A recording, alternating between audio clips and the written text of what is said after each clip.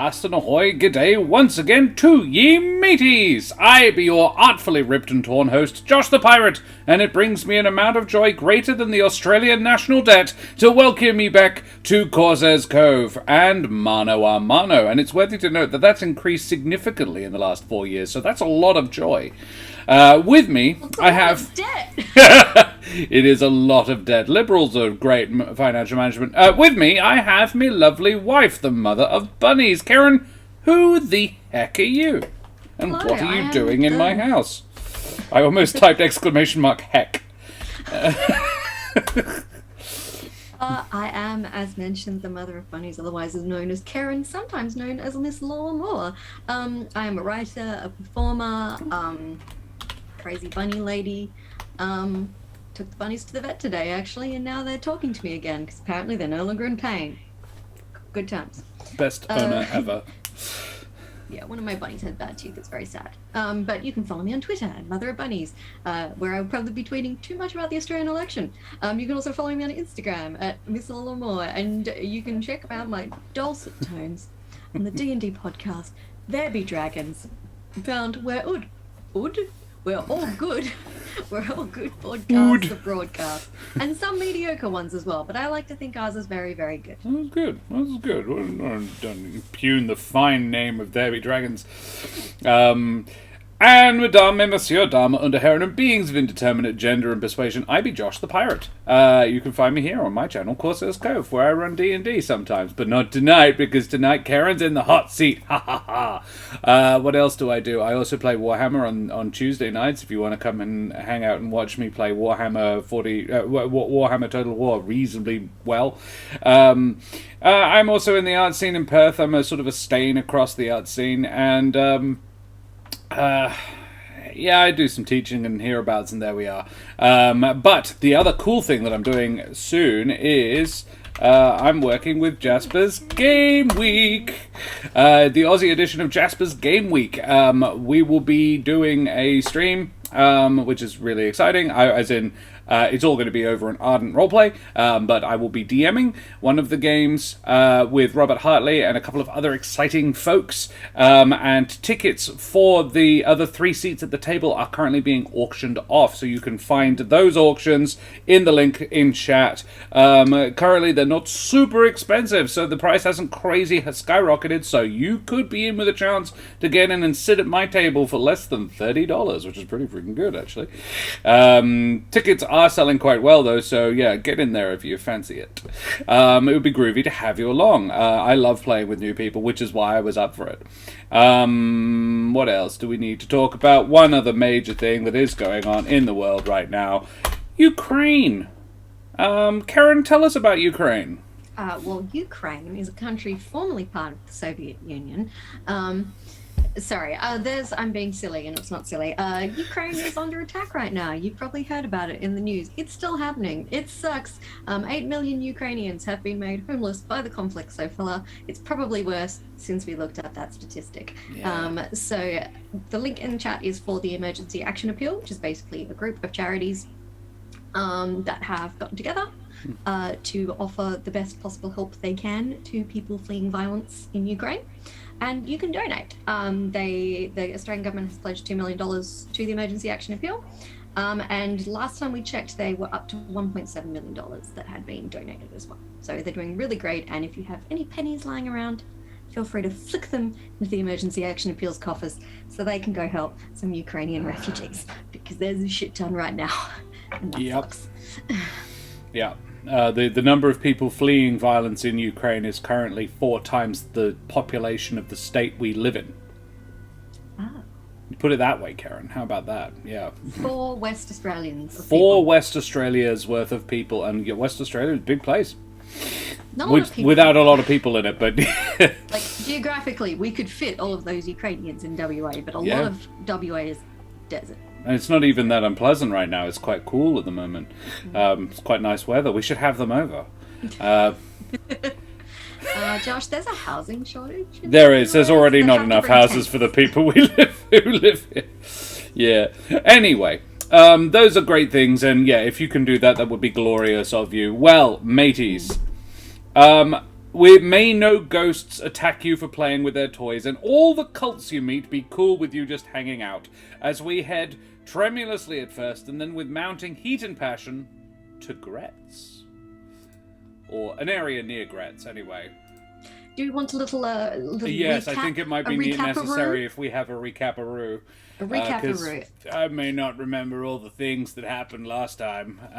Why don't I give it a swing and then see you fill in any gaps that I miss? Sure. I was just going to add that the quest we are running is technically from the Candlekeep Mysteries. If you want to read along at home, this is the Book of the Raven. I have not read it, but Karen has. I have. It is slightly modified in places, but...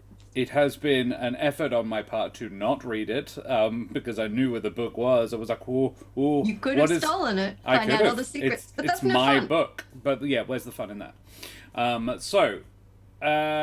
Last week we got Garret and Beryl, where they did a skirt around the house, the Maison du Buffon. No, it's not that. It's something else.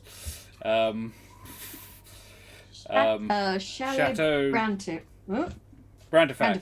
Chalet Brantifax. Chalet Brantifax. We had a sneaky beak all the way around. Got the vibe that we were being watched from one of the upper windows. There might have been a light on up there. We did a sort of skirt around looking for a door. Firstly, found one, but it was locked. Not with a key, but it had been barred. We found the graveyard. There was 4 graves. There was one for Mr. Brantifax, one for his dog, and one for 2 younger Brantifax people we think are the daughters. And we penetrated the place through a window. Because we didn't want to break the door down, even though we were reasonably confident we could. And Beryl wasn't that confident she could even climb through the window. She had to boost Garret in, and Garret then sort of hauled her in after himself into the kitchen. She tried. Demonstrated some recent occupation, which was interesting. So we did a bit of a scout around, didn't manage to find anything particularly interesting on the ground floor, except that some rooms had been used and some hadn't. Then we went upstairs and found a bunch of cool and groovy people hanging out in the tower. They had been trying to scare us off. We did also go downstairs, that was right. We went downstairs and checked out the cellar. There was a well, at the bottom of which was like scary noises and voices. And Garret and Beryl are like, I don't know, neither of us want to go down there, but I think one of us might have to. And then we went upstairs and met the cult. The groovy Order of the Red Sash, I think it was. They were really nice guys. Totally fine with us being there. A bit grumpy about how we'd snuck into their secret place that they don't own.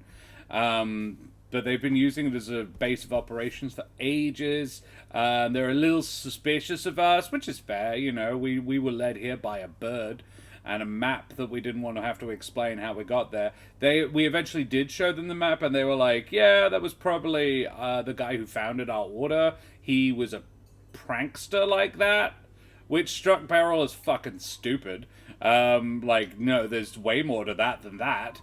Let me get to the bottom of this mystery and I'll fuck off. But they had actively been trying to make us run away.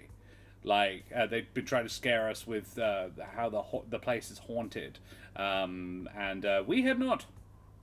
But they weren't violent. They were pretty groovy, and we agreed that we wouldn't get on each other's toes. We were here to look for a thing. They were here because they had a nasty magical artifact on them. I was like, I'm gonna leave that right there until it bites them in the ass, and then I'll save the living ones. Then Garret and I went and explored the rest of the house. We went up to the attic. We found a nice suit of armor that doesn't fit either of us. A heavy crossbow, which does fit one of us. Garret.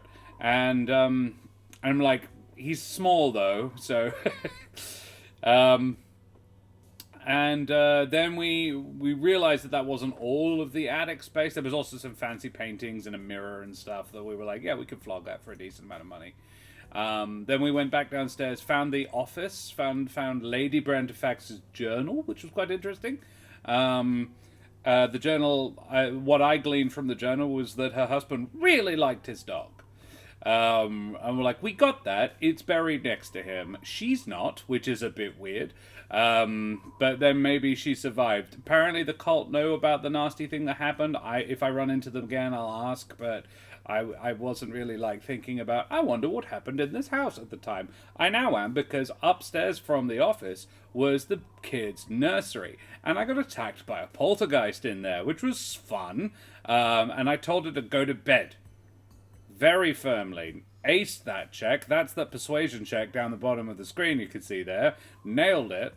And, yeah, they did. It went to bed. We presume the older of the two children, the names of which do not come to my memory. But, yeah, there was Haluth. Yes.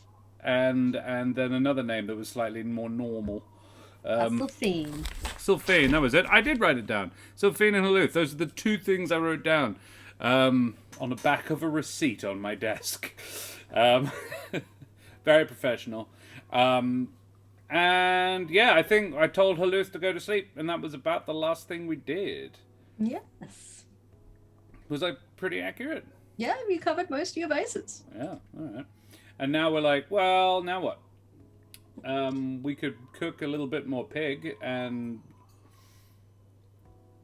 maybe go down the well in the basement, because apparently the cult weren't trying to make us run away from the basement, which means there was noises down there that were not explained away by them doing that.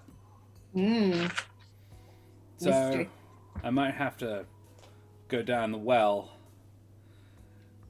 Indeed, is there anything you want to add, or shall we proceed? No. I think that's about it. It's All like, right. we've rejoined our heroine Beryl and her current companion, Halfling Garret, the calligrapher and former book thief, in the attic of Chateau Brantifax. Having just dealt with a poltergeist by the simple expedient of telling it to go to bed really forcefully, you and Garret stand in the dusty, cobwebbed room, a little shaken but unharmed. And quite stirred. I'd also like to say, McBluff, thanks for the follow, my friend. Hi. Karen, that is our 222nd follower, which is just fun. It's 222. That's, yeah, you don't get that very often. That's nice. Thank you, McBluff. Yeah. We love a good triple number. I appreciate that. Yeah. Yeah, thanks for the follow, McBluff. Welcome. Thanks for coming. Yes. So, well, Garret, I think we've explored all the rooms as far as we're likely to find anything useful. Clearly something horrible went down here. Trying to figure out why you weren't popping on my followed channel when you went like, yeah, there you are. That'd probably be why, because you hadn't. There you go. That's probably why. Me on YouTube all the time. Why did you tell me this person would put out a video? Oh. I'm not subscribed. So, I mean, we could always go downstairs and ask the Red Sash people if they want to maybe tell us what happened in this house, because they said it wasn't haunted. And they said they've been here for a while and that nothing bad had happened. They've even blown up part of the tower. And it doesn't seem to have bothered any ghosts. But I have heard, I'm pretty confident, 2 ghosts, and had a physical interaction with one of them. And I've only been in here for like 30 minutes. So, well, more like 3 hours. But it's not a lot. Yeah, it's more like 3 hours. Yeah. Sparrow. No, sorry, I'm upset. You know, I'm just. No, that's fair. I did nearly shit myself. I'm a little rattled. I'll be honest. Should we maybe like have some dinner and I don't know, try and relax a bit, get some sleep?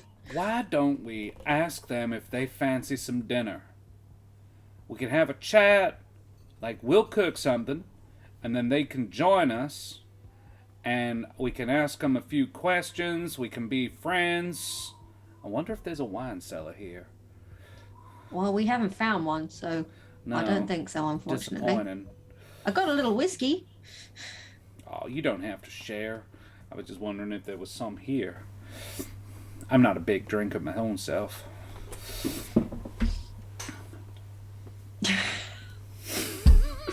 All right.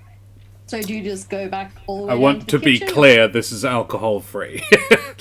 Yeah, all right. Well, let's go down to the kitchen and try and cook up the nicest smelling meal we can. Cool.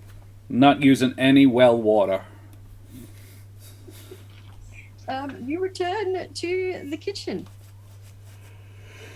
Yep. There are some spices and Some stuff. spices and stashed in the stuff. kitchen if you want to try and spice up your pork leg.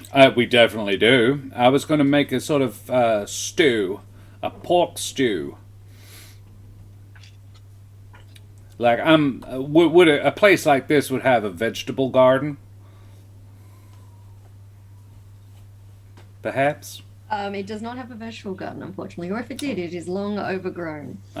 You would have some basic rations on you. So if that would include vegetables. I can spruce it up a little bit. I can improve on what we're doing with I can add stuff to the travel ration. We did find a whole bunch of rations in the pantry, as I recall. Or did we find them in the attic? We definitely found some rations while we were exploring the house. There are rations in the kitchen, but they belong to the Scarlet Sash. So if you're going to use them, you might want to be like... no, I'll use my own. I'll use my own.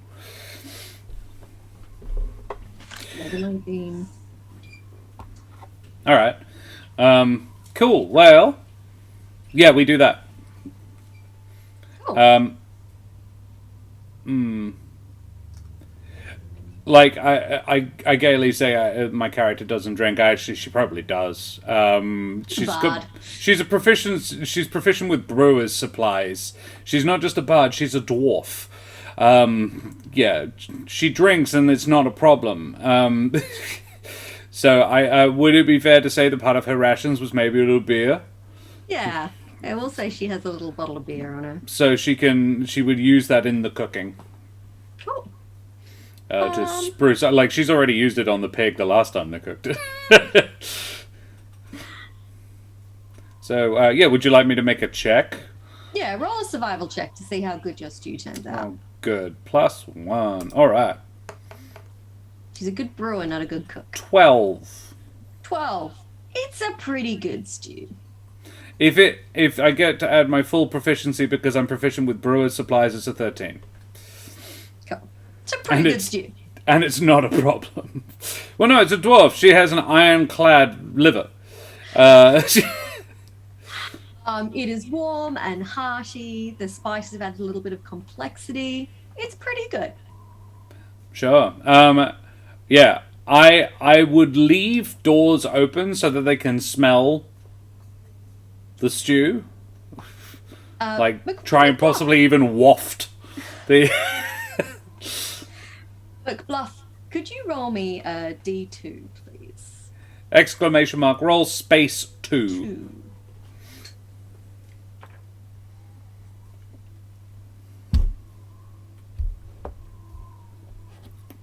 Can McBuff. Doesn't sound healthy. A 2! A 2! Highs. After a while, you hear footsteps. Oh. And... Look casual, look casual. The young female member of the Scarlet Sash appears in the kitchen. She is the one carrying the broken lantern. Uh-huh. Yep, the evil broken lantern. Evil. Cool. Oh, hello! We're about to have some supper. Would you like to join us? Yes, I did wonder what the noise was. What is it? The noise? No, the smell. It's pork stew. Lovely. I would have left him stirring the pot and gone and swept and laid the table. Probably not setting more than a couple of places, but leaving enough cutlery out that I could lay more places. So I don't want to look like I'm expecting them, but I am actually wanting them to come. So yeah, I was like, come, please join us. Would you like a little beer? I don't have a huge amount on me, but you can have some. Oh no, that's all right. I don't really like beer. Neither do I. We were just curious what you were getting up to. Well, I say we, me. I was curious what you were getting up to. So. Well, we were doing a bit of looking around, but we think we found all the rooms. Went upstairs, found the little girl's room. That was upsetting. Yes. Sad when people die young. Do you know what happened? I'm a little curious because, well, I ran into a poltergeist up in there. Oh. Oh. That's a shame. We haven't really poked around in there, I will admit. It's a bit creepy. Like, so what happened? Well, as far as I know, the family, lived here, and then after the daughters both died quite young, and then the Baron died, and then the Baroness took the stuff and left, basically abandoned it because she didn't want to be here Sad memories. anymore. Which is fair, really. So Yeah. It's been abandoned ever since. This is a while ago, from what I understand, but I don't know the details. Right. So you don't know how the little one died? Oh no. No. Oh, because like something awful must have happened for her to turn into a poltergeist. Oh. Well, I always figured she was sick. Somehow. Yeah, I touched one of her dolls, and all of a sudden this thing just came out and demanded I leave. Oh. Yeah, I wouldn't get back in there if I were you. I wasn't planning to, I'll be honest, no. Well, when bad things happen in places, sometimes it changes them. Leaves a residue. May I make an Arcana check on the lantern? You certainly may.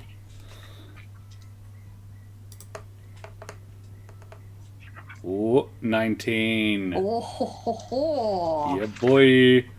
Beryl's back.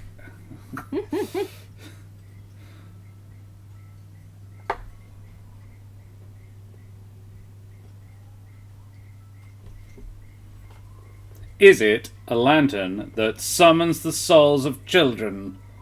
No, the lantern itself is not magical. Huh. But there is something magical inside it. Okay. Does my 19 give me any inkling as to what? Oh, it's evil. Okay. So do I get a fiendish vibe off it? Frantically Possibly looking a over sense- my spell list. A sense of death. Oh. There is an evil death associating thing in there. Oh. Okay. The temptation to charm person on this person, but then she'll know I did it. Yeah, you could just ask her. Yeah. I mean,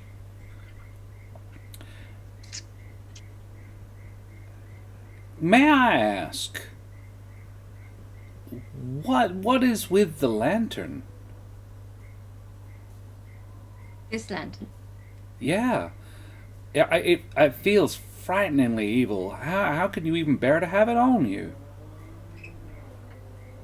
Oh, that's what I do.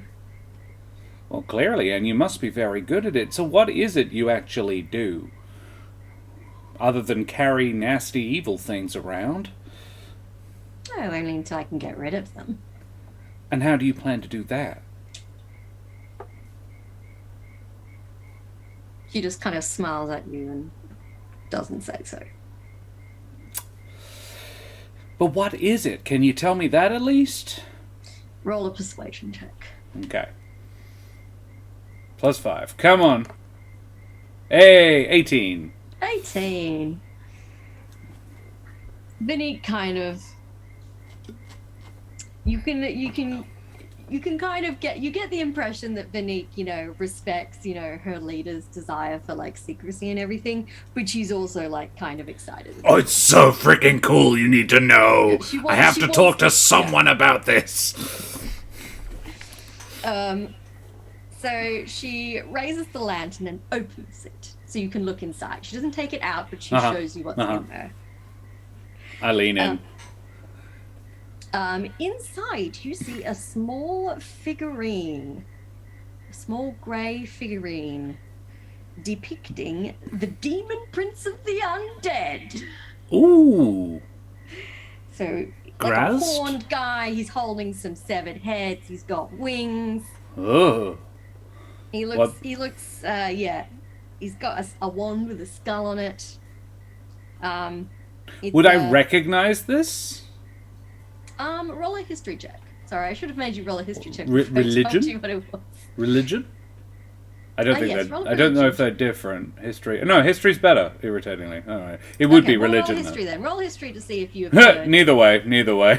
6 or 7, whichever. Yeah, you're not sure. It's clearly A a demon demon of some kind. Yeah. And you realize you can smell decaying flesh. Oh my. And Vanique kind of showing is like, it is so dangerous. I'm sure. I wouldn't want to touch it. Why is it in the lantern? Well, basically because I don't want to touch it. Ah. So Fair enough. it's in here until What would it do? What does it do?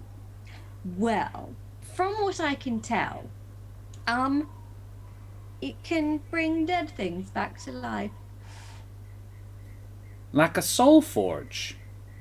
I kid. Sorry, that was just me being silly. Oh. Yeah, I stole it off a merchant who was going to auction it off, but frankly, I don't think it should be getting into any No. curious hands. Hey, Lizelle. It would be Orcus, correct. I was trying to remember the Lizelle, name. well Yeah. done. 2 points for Lizelle. And that would be Orcus. Yeah, I'm not actually particularly up on D&D lore, like canon D&D lore. I don't normally play in D&D homebrew or D&D official settings. Right.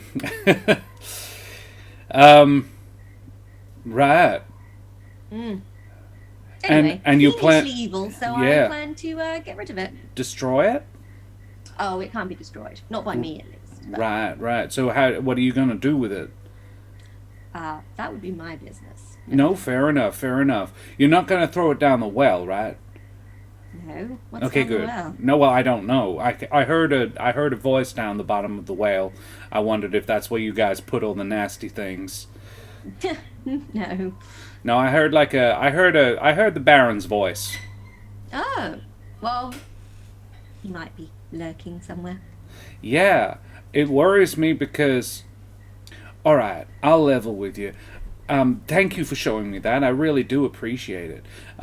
It might actually. Do you suppose it might have something to do with my interaction with the young lady this afternoon?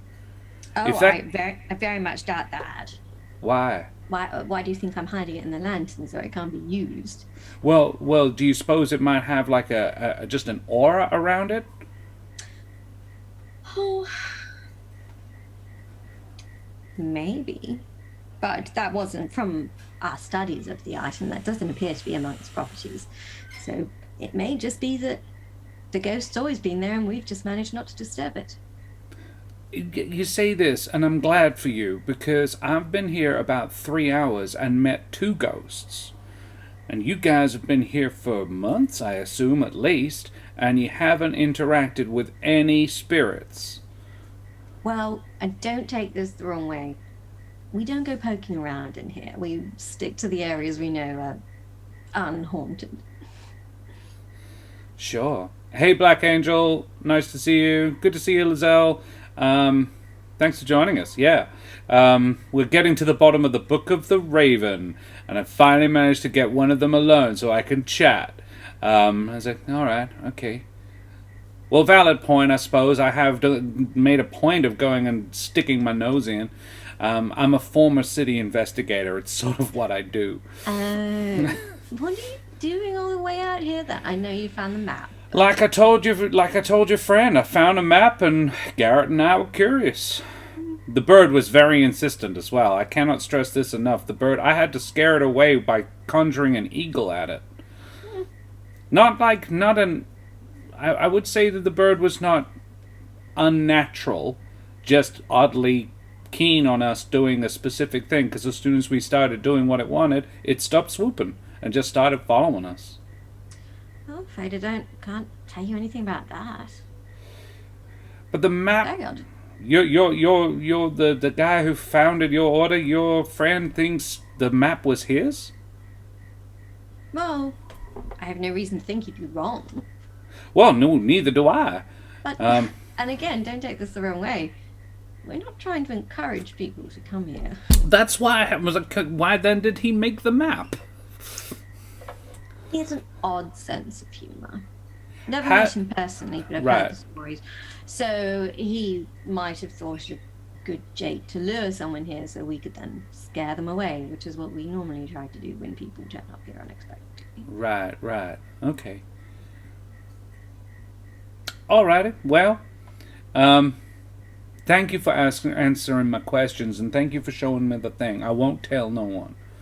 Oh, please don't. Like, no. I'm going to hide it soon. I don't want anyone ever reaching that thing. Haven't seen it myself. You guys feel free to destroy it whenever you like. And you can probably appreciate this now. Apart from anything else, it stinks. Yeah. Like, I smelt it before I found it. I'm sure. Well, close it up, because it's making my dinner smell all funny. Oh, yeah, she would have. She would have wanted to finish looking at it. And I don't know if I've got any other questions for her that I would like, that she's going to be prepared to tell me the answers to. So I would just have an enjoyable dinner with her. I would maybe ask how she came to become part of the Scarlet Sash. Like, what's the recruitment process like? Is it just you sort of find yourself in it, or you? And I admit that might be a personal question. You don't have to answer if you don't want to. I'm just trying to make small talk. You invited Vinique to have dinner with you, I take it.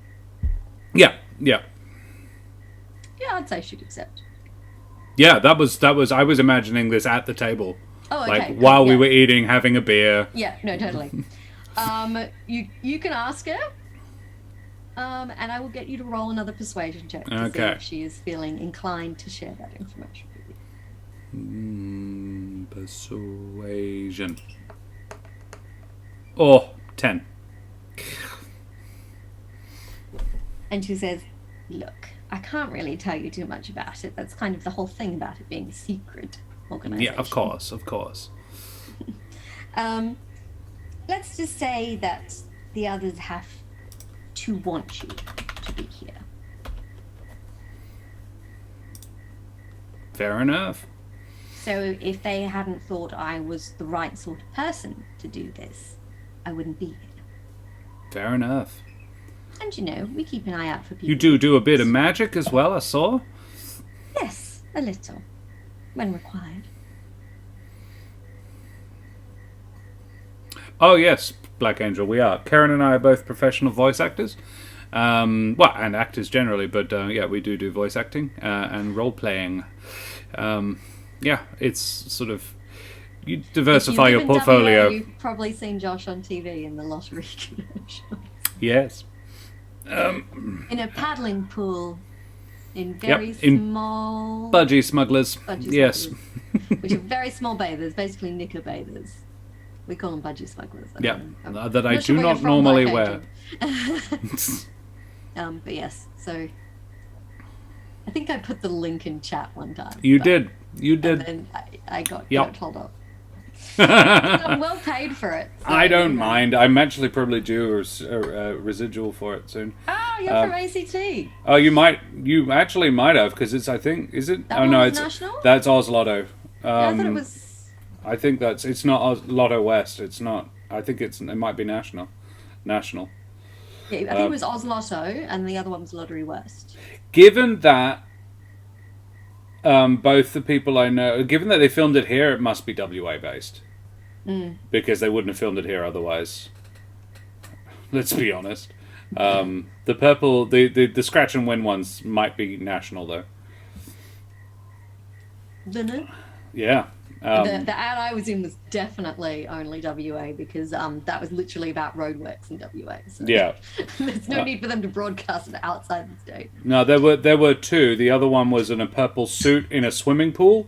That one you might have seen because it's only on at Christmas. It's for Black Angel. Thank you so much for the sub.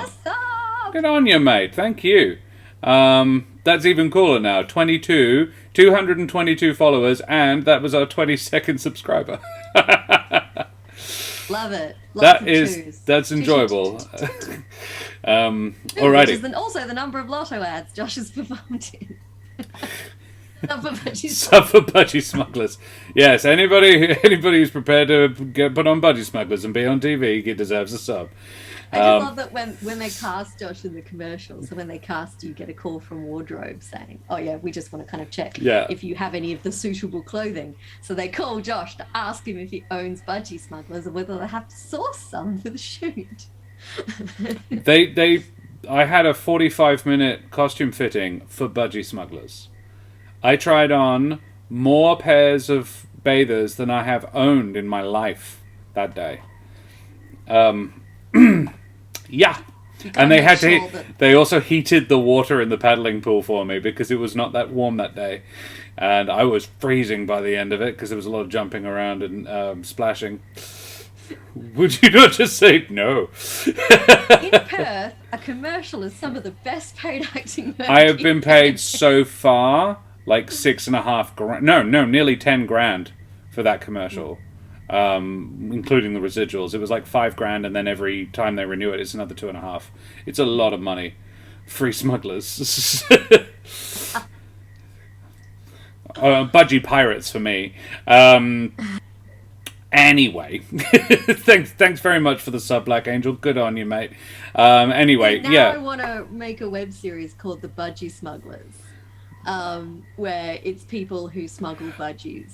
To be clear, budgies. Black Angel, they bought them specifically for me. They went to the shops and bought like 24 pairs of budgie smugglers for me to try on. And then, as I understand it, they returned most of the others that I didn't wind up using. They keep a backup pair, but they returned the vast majority. Other fun fact from that commercial was that you got, because there was like a series of like 5 little vignettes about winning the lotto. And smugglers and stuff. And Josh auditioned for the paddling pool one and the one with the guy like trying to shake the water bottle like a bottle of champagne. Yeah. And you didn't get that one. You got the paddling pool one because you weren't dad bod enough. Which I was very happy to hear.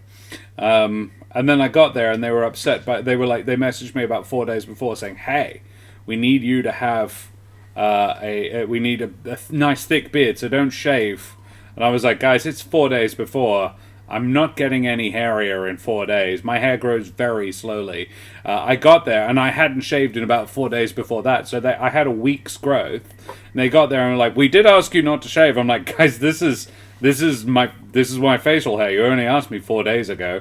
This is what it does." And they were like, "We were really hoping this would be filled in." And I was like, "Oh, then you should have asked, because that never fills in." And the people asking it it was all the producers. There was 4 women and a man with the thickest beard I have ever seen. And I'm like, he's not how all men do it. And then he was like, "Yeah, mine grows out really fast." I'm like, "Yeah, but as a man, you would know that not all men do. Hashtag not all beards." So they gave me a beard piece. But it kept falling off because the gum wouldn't stick in the water. TV is weird. TV is so weird. And what's even better about that ad is the voiceover is done by Aussie Man of the YouTube channel Aussie Man Reviews. Whoa! We just got raided! Raid! GM's Workshop! Oh, hello. Thank you so much for the raid. We're talking about advertising revenue and playing one-on-one D&D. Guys, thanks so much for the raid! I'm trying to work out what the little emote is. Like, is that a potato? It's a potato with a face. It's a potato. Okay, cool. I'm sure. I am uncertain. Anybody who can tell me from DM's Workshop, thank you so much for the raid, guys. Thanks so much. There's bloody legends. My Mythweavers777, thank you so much for the follow. We get graced with the potato if we roll a 1. I see. Well, no 1s from us. I haven't rolled a 1 this evening. It's been very good. Yet. Natural 1 is a potato. Noted. Knock on wood. You haven't left the creepy house unharmed yet. You're a potato. We're all, but let's be potato. Yeah, exactly. Guys, It thanks is so the much for best joining humor. us. Black Rose Darkthorn. Oof. That is an edgy name. And there's another one as well now. I'll just wait for this to... Elvelda. Evelda? Eveldia? Veldoa. Veldoa. Well, thank you guys so much for the follows. We are Corsair's Cove. We play D&D. Evildoer. I'm an idiot. I'm an idiot. I'm really bad for not working that out. Evildoer. Yeah. You get it. The trick was I was trying to read it. I've got a sort of slight crack in my screen and it's on the word, so I couldn't see one of the letters. Everyone gets it wrong. There's nothing wrong with my screen. I just can't read. Josh, I have to run to work, but have an awesome stream. Look forward to seeing you on Jasper's Game Day. Yes, thank you so much. Yes, we will be doing Jasper's Game Day. I will be running a game. And I will also be playing in a game, Robert Hartley's game, which is exciting for me because I haven't actually gotten to play with Rob yet. So yes, tickets for those can be purchased at this link! !Jaspers. That the lowest one, but you can also go, if you want to donate, you can go straight to the bit.ly one and otherwise jaspersgameday.com for more information. The tickets for it are still going, and it would be groovy if you fancy playing with me, then you can, and you do, and you do that, and that'd be great. And all proceeds go to help mental health, which is an important thing for me, because mine was shit during my teens, and now, but particularly back then. I'm on proper meds now. I wasn't back then. And once again, that's not alcoholic beer. It's non-alcoholic beer, I promise. This is 100. Anyway, we are playing one-on-one. We are playing one-on-one D&D. Karen is taking me through an adventure from the Candlekeep Mysteries. This is the Book of the Raven. I have not read it. And what we do with 1v1 Mano a Mano is that Karen and I take it in turns to DM it. We have the same character, Beryl. She's in the middle of the screen. She is a dwarven bard. The world is my original homebrew world, which Karen has played in a lot, so we both know it quite well. We are currently outside the town of Gretz, which the Duke of which was played by my dad in the original campaign we ran, the Mad Duke Rutgar. But a mysterious map has taken you to a creepy house with a cult in it. And there's a possibly nice cult. I can't tell. They seem well-intentioned, to be honest. Can I actually do an insight check on the person I'm having a chat with to see whether or not she's an evil? Like, am I getting a groovy vibe off her? Well, roll your insight check. See what sort of vibe you're getting off Vanique. I am... Ooh, 19. Ooh. She's not a bad person. Not a bad person. Good. No. That is your instinct. She seems quite dedicated to removing evil things. Yeah. From the way she talks about, she's like, this is a cool thing, and I need to make sure no one ever gets to use it to raise the dead. Yeah. That would be bad. Cool. But you also get, for a 19, I will tell you, on the inside, you get the feeling that there's something a little magical about her as a person. Like, she looks like a normal human being. Sure. You're getting a little magical vibe off her. That. Okay. All right. Then I will lean across the table and, in fact, no, I will pull out my dulcimer. Ooh. And I will lean across the table and I will say, what was that, Monique? Vanique. With a Vanique. V. Vanique, I'm getting a little feeling about you. Are you a bit of a magical person?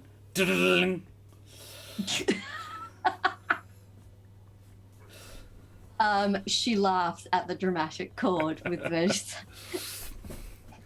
And I don't just mean you know a bit of magic. I'm feeling like you yourself are a bit magic. And Vanique kind of leans in and goes, is that right?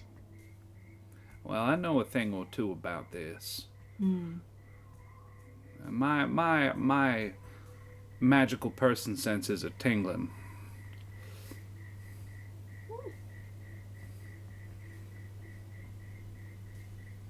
Can I roll a persuasion check to sort of, like, I'm trying to persuade her to tell me? You can, but you have to think of some way to persuade her. Okay.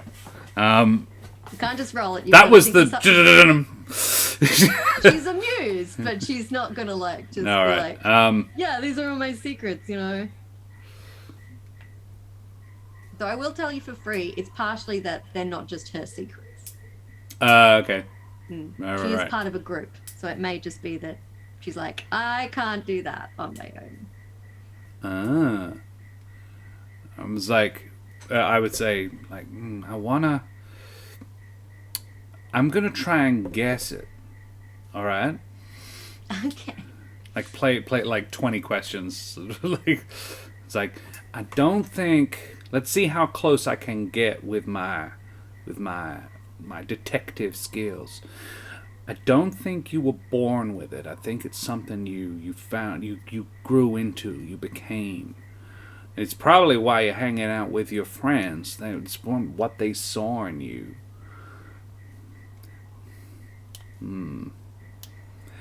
Can I insight her to see how she reacted to that? Absolutely. Roll away.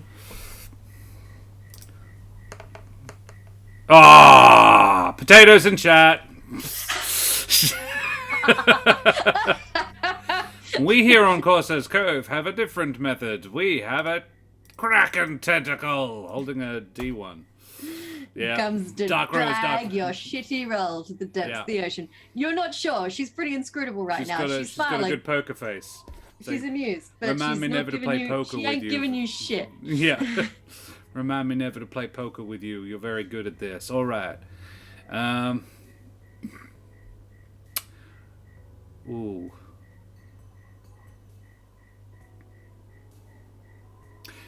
Can I Arcana check her? Like her herself. Like, I'm now bringing my magical senses to bear on her. Like, okay, exactly what manner of special are you? Sure, it's gonna be a high DC though. It's a 2. Yeah, nah.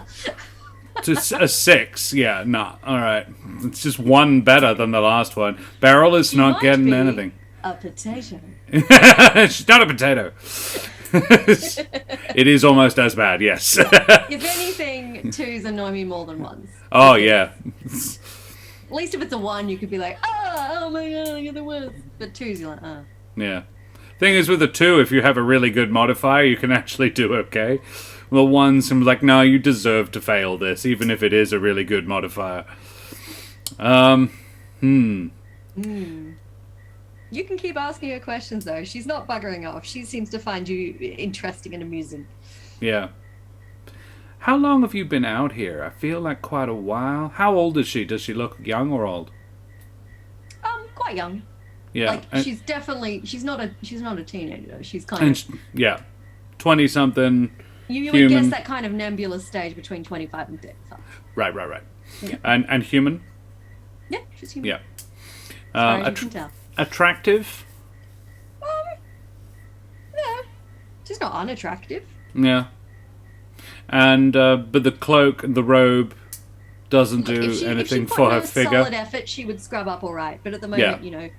She's just got her hair in like a simple braid over one shoulder, and she's wearing, the black robe with the Scarlet Sash, and it's not like super flattering. So I'm like, so and she's dedicated. You're dedicated to what you're doing. I can see that, and you don't stay here exclusively because you got to go out and find the things. It feels like you don't. You all sort of travel around. I get that there's a lot of you because there's way more than 5 cloaks.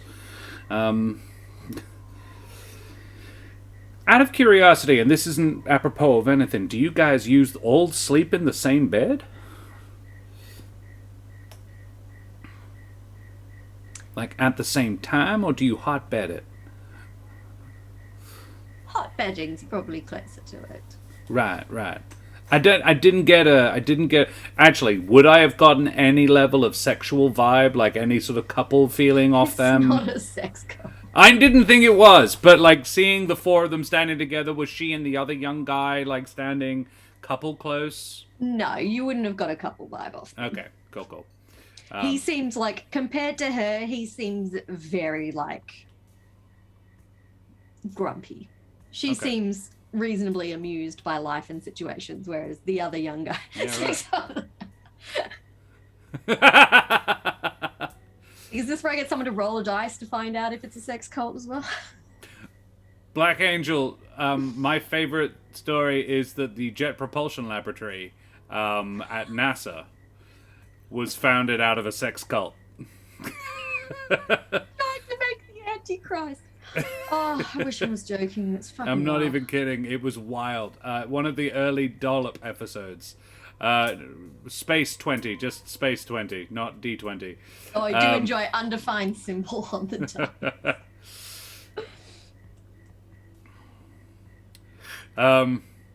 Have you set an arbitrary DC for this, Karen?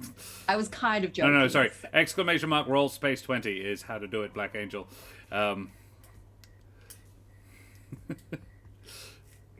But it's happening. A 7. It's not a sex cult. It's not a 7 is too low for a sex cult. That's a shame. Oh, actually, that was Lizelle who rolled that to show correct. So but it has a cooldown. Oh.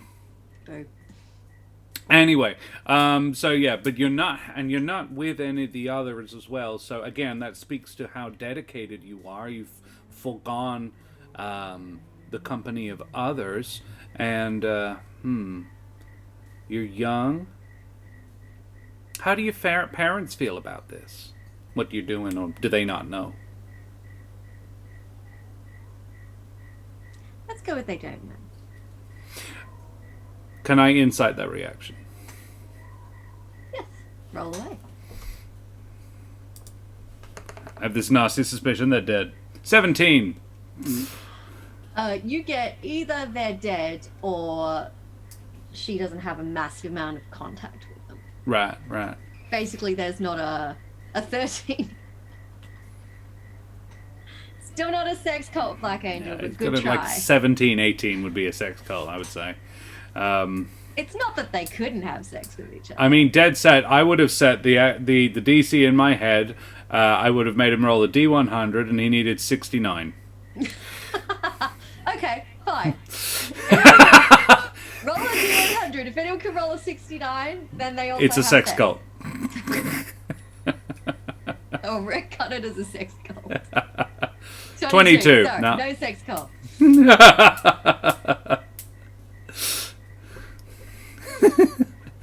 They're going to be doing this all day. And I'm okay with that.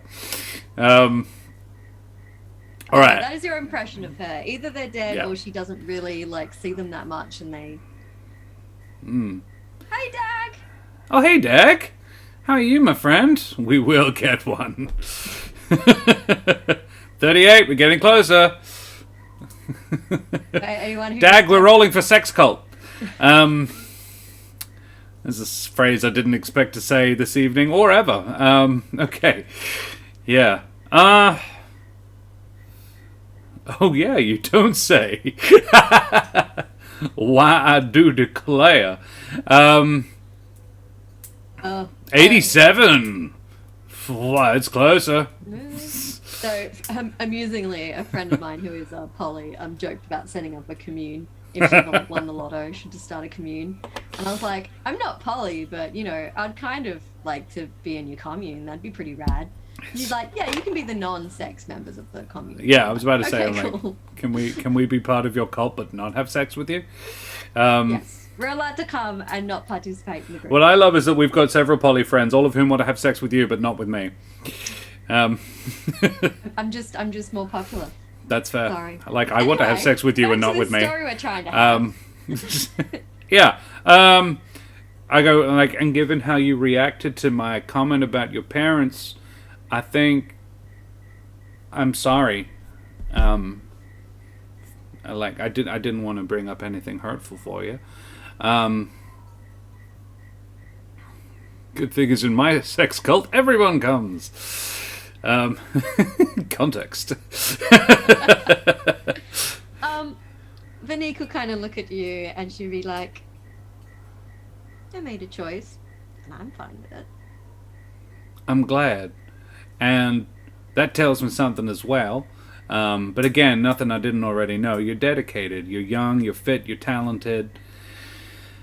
Oh, my. You're good as well. Oh, thanks, Dag.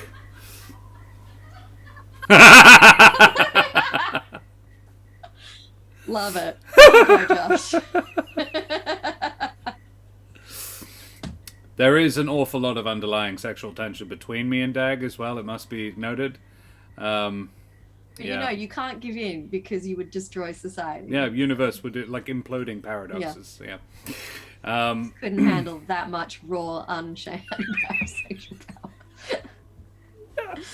Oh, it's amazing. Opposites do attract. Focus, do you want to finish this adventure? It's like, there's not much left to do, but will we manage it? All right. Yeah, I don't really know where else to go with this, to be honest. Extra-dimensional sexual attraction. Oh. Yeah. Yeah, well, we're an astral dreadnought of sex and lust. The potential of destroying the space-time continuum. Sextra-dimensional? Oh my god, I want that on a t-shirt. Extra-dimensional. Yes. Okay, I have so many t-shirts I want to make. All right, yeah. No, I don't have time. All right. If you guys have finished eating, yeah, and you've kind of given up pressing Vanique for information. I don't know, like, did you study at all? Not in the traditional sense, no. Ooh. Oh, I mean, there was a more period of interesting. learning, but you know. I'm sure. Go to uni, college, University. That's a thing. It's the University of Elf Time. yeah. University. Oh. I adore your curiosity, Beryl. It's unslakable as well. It's really quite frustrating. Look, as Madrina said, we mean no harm as long as you don't intend to stay. And even then, we don't really mean you any harm. We're just going to be annoyed. Yeah. It is something that you do keep bringing up as well. Like, we're not going to hurt you. We're not going to hurt you. I'm like, I know. You said so before. Creepy house, strangers in robes. It's a natural assumption to think that. Yeah, no. Yeah. Well, I think Garret and I are going to check out the bottom of the well and then bed down for the night. You're going to climb down the well at night when you said there was a creepy voice in it. It's underground. There's never going to be a good time to go down it. All right. Do you want to come? know. You can listen. I hope not. I genuinely don't think there's going to be any difference between going down the well at night and in daytime, given that it's underground. Look, if you want someone else to come and watch you climb down a creepy well, I'm okay with doing that.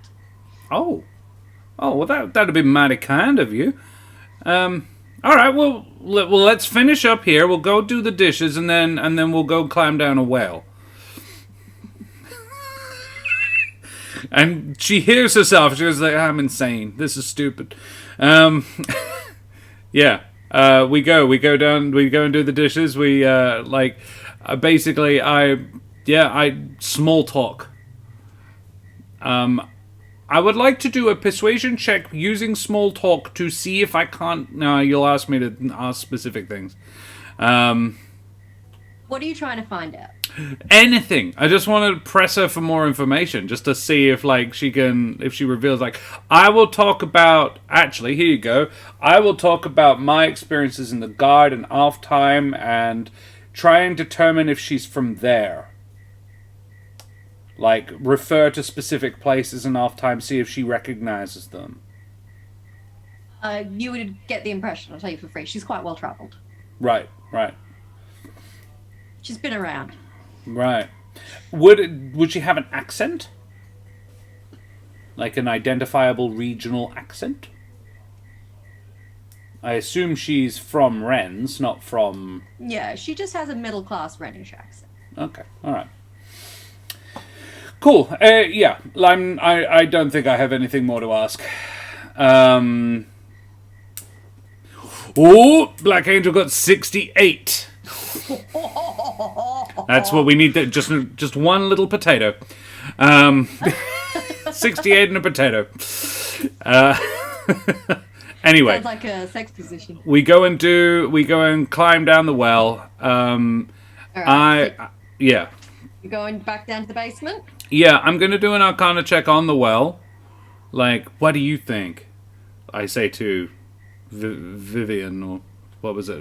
Vinique. Vinique, that's the one. Vinique. Let me roll. I tell you what. Can someone in chat... Tell you what, Black Rose Darkthorn, you were the last to try and get the elusive 69. Could you roll me a d20, please?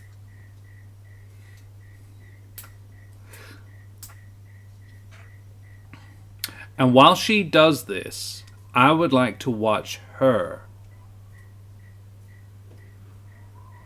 Again, sending out my magical senses to watch how she does this. A 12 from Black Rose Darkthorn. Thank you.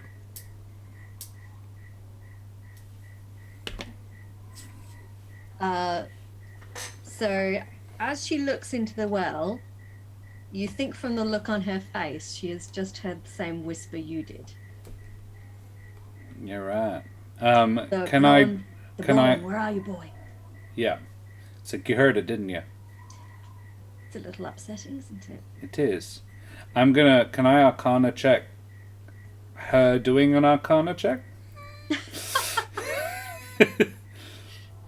Like, I want to watch how she does it and see if I can identify her magic and where it comes from.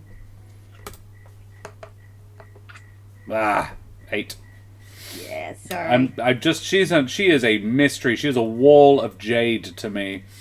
I say, but if it's someone looking for a dog, I don't think there's going to be a problem. Oh, well, it doesn't feel threatening. Malicious, does it? No. No, I think it's just a spirit. I don't All think right. it can hurt you. Garret, you or me? Me. All right. You get ready to haul me up, and I tie some rope around my waist, and Garret winches me down. Okay. Vinique, I would take it as a mad kindness if you hung around until I came back up. Sure. Maybe give Garret a hand if I seem to need some extra special quick exiting. And I go down. I need you to roll an athletics check. Of course you do. Climbing down this well. I am -1 in athletics, but I would argue I am being assisted by the rope. That is fair, you are being assisted, so you may roll with advantage. How do you... There it is. That's the one. Roll. We got a 72. Oh. So you guys are kind of edging around the 69. I got a 6 with advantage. Oh dear. I got a 7 and a 4. 17. We're getting there. you are not doing a good job. And Garrett's like, grab the wall, damn it. Right, sorry, of course. I sort of brace myself. Like, you know how you... Oh, 70, that's one on the other side. You know how, like, you put out your arms and you back up against the wall and you sort of do that? Another 68, amazing. Guys are fucking with you guys now. This is the die saying, no, you can't have it. It's not a sex cult. Can you roll me another athletics check? Sure. Without advantage this time? That's a straight potato. The rope breaks and you fuck. And you fall down That the is well. a 0 as well. Yeah. I'm a -1, so it's 0. I would argue that climbing is acrobatics, but still.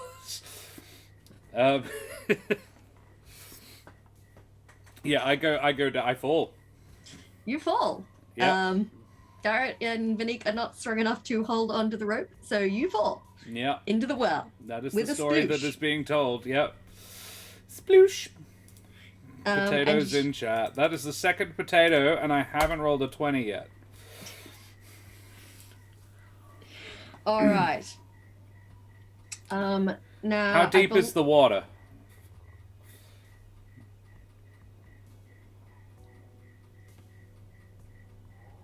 I mean, it's not super deep. Okay. Let's say it's a couple of feet deep. You would have fallen about 50 feet down into the well. Oh, no. All right. So I probably take a bit of falling damage, don't I? Yeah, you're going to take some falling damage. I believe, because there is some water to break your fall. Don't know if that tracks logically, but I'm going to give it to you because I'm feeling that. 50 It's the water feet's to break not your that fall. far. So we'll only consider it a 40-foot fall. Okay, so 4d6 worth of damage. 4d6 worth of damage. Okay. Would you like... Why don't... No, I'll do it. It's like, let's get chatted. No, let's not get chatted. They're busy trying to make a sex cult. Yeah. 12. That's not too bad. 12 points of damage. Okay. You land with a loud sploosh and are temporarily winded. Oh! And get the feeling that you're going to have some bruises tomorrow. It's alright. I'm fine. Yeah, go. Actually, and then I go... Are you okay? Wait, shh. And then I listen for the ghost. And feel around. You have dark vision, so you can... Hey! There it is. Hey! It's still not a sex cult. Like, you guys took so long. It's a sex cult. All right. Thank you for being here, Black Rose, Dark Thorn, and Black Angel. You're a joy. Yeah, You're that a is joy. assault. I feel robbed. Back to this well. You are standing in 2 feet of cold water. Yeah. Feeling a bit banged up. Mm-hmm. You're a bit sore. I am. A little salty that the rope was that crap. Look, it's mainly because you just were putting all your weight on it all the time instead of climbing the wall. Like, Well, I was just doing a really bad job of climbing, apparently. yeah, if you'd done a better job at climbing the wall. Yeah. Okay, I would like you... No, it's not blood, Black Angel. This is... Or is it something else? Oh, I hope not.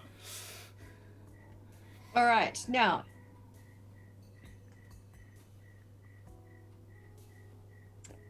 you can see that you are in you are now in the cistern of the well. You're standing in 2 foot deep of water in a cistern. It's about 10 foot tall and 10 foot wide. Great. And you can basically that you can't see anything, but you're welcome to have a poke around and see if you can find anything down here. You can't see a ghost or anything. Yeah. I'm hoping or assuming or like guessing that there's something down here. You're gonna have to have a look. Oh my god! Another nat 1. Another, it was 5. You take it was my one third step nat 1. and fall on your face in the water. Ah! Beryl, are you okay? No, I tripped. I'm alright. Oh, okay. I used prestidigitation to light the area a little bit. Cool. So I can see what I have dark vision, but now I can actually see a bit better what I'm doing. And I investigate again. I'm going to do it until I find something down here. Alright, 21. That's better. 21. Holy shit. Nailed it that time. That's where now it was. you can see a bit better. Your dark vision isn't, complete bonder. So with a bit of light, you poke around and you find 2 things hidden in the bottom of the well. Great. The first thing you find is a holy... Oh, no, sorry. It's not 2 things. It's 1 thing. It's just... Yeah, sorry. Is it broken in half? Okay, good. You find a holy symbol on a golden chain. Oh. That's nice. It appears to be Sune, or Sune, I'm not sure how D&D aficionados like to pronounce it. S-U-N-E. Soon, I think, yeah. Yeah, Sune. And as you examine it, you realize that it can be opened. Oh. It's like a little locket. A locket. Alright. If you want to, you can pop it open and see what's inside. Do I want to do that down here? I found something. Oh, cool. It's I really want to do it upstairs. Because I want to see how she reacts. But yeah, no, I want some backup when I do this. I don't find anything else. No, you find the little gold symbol on a chain, but it is probably worth about 25 gold pieces. Oh, okay. Black Angel, thank you so much. Have a nice night. Thanks so much for the sub. And yeah, Congrats travel on your safely, sex my cult. friend. Yeah. Look, it's a sex cult in our hearts, and that's what matters. The cult is not a sex cult. It turns out the sex cult is the friends you found along the way. We'll put it in there somewhere. When we get to the DIY adventure stage, we'll make a sex cult for you. How about that? Karen and I are going to play a couple more from the actual Candlekeep Mysteries book or something like that. Yeah. We'll make a sex cult adventure for you. All right. Angel. 44. It's not a sex cult. All right.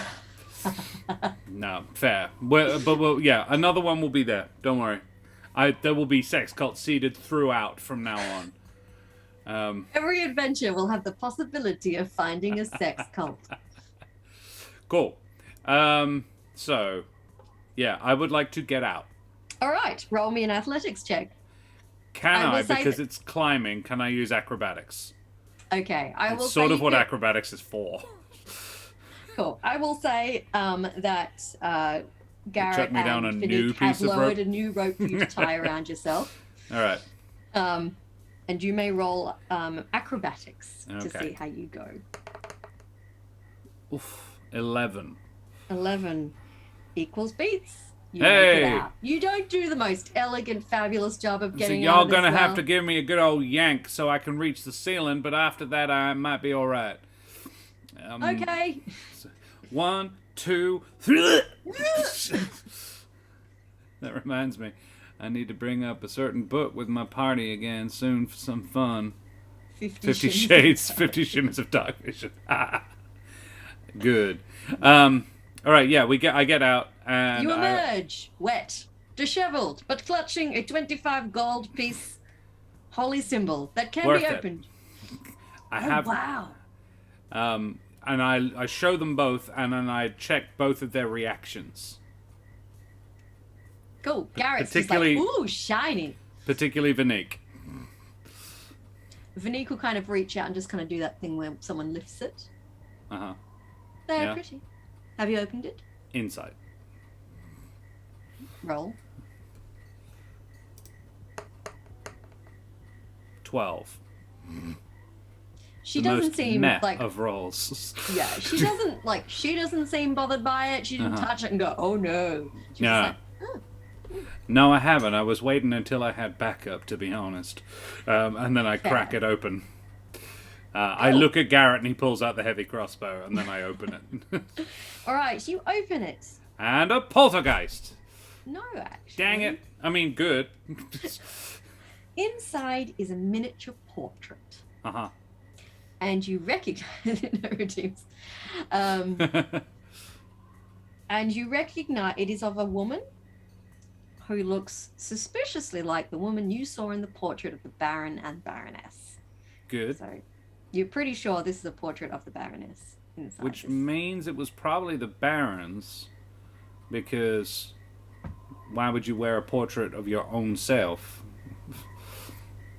I've met people who would do that, but It didn't strike me that this couple would. I feel like they liked each other. And why would it be in the well? well, Yes, we heard the voice down there. we did. Maybe Do you suppose that's his soul's bound to it a little bit? Well, maybe he died there. Like his body's not there, clearly. No, but, it was buried in the garden. but you know, you can die in a well. You can. I nearly did just now. That was a long way down. I don't recommend it. Are you okay? I'm fine. I'm probably Okay. going to have a few bruises tomorrow.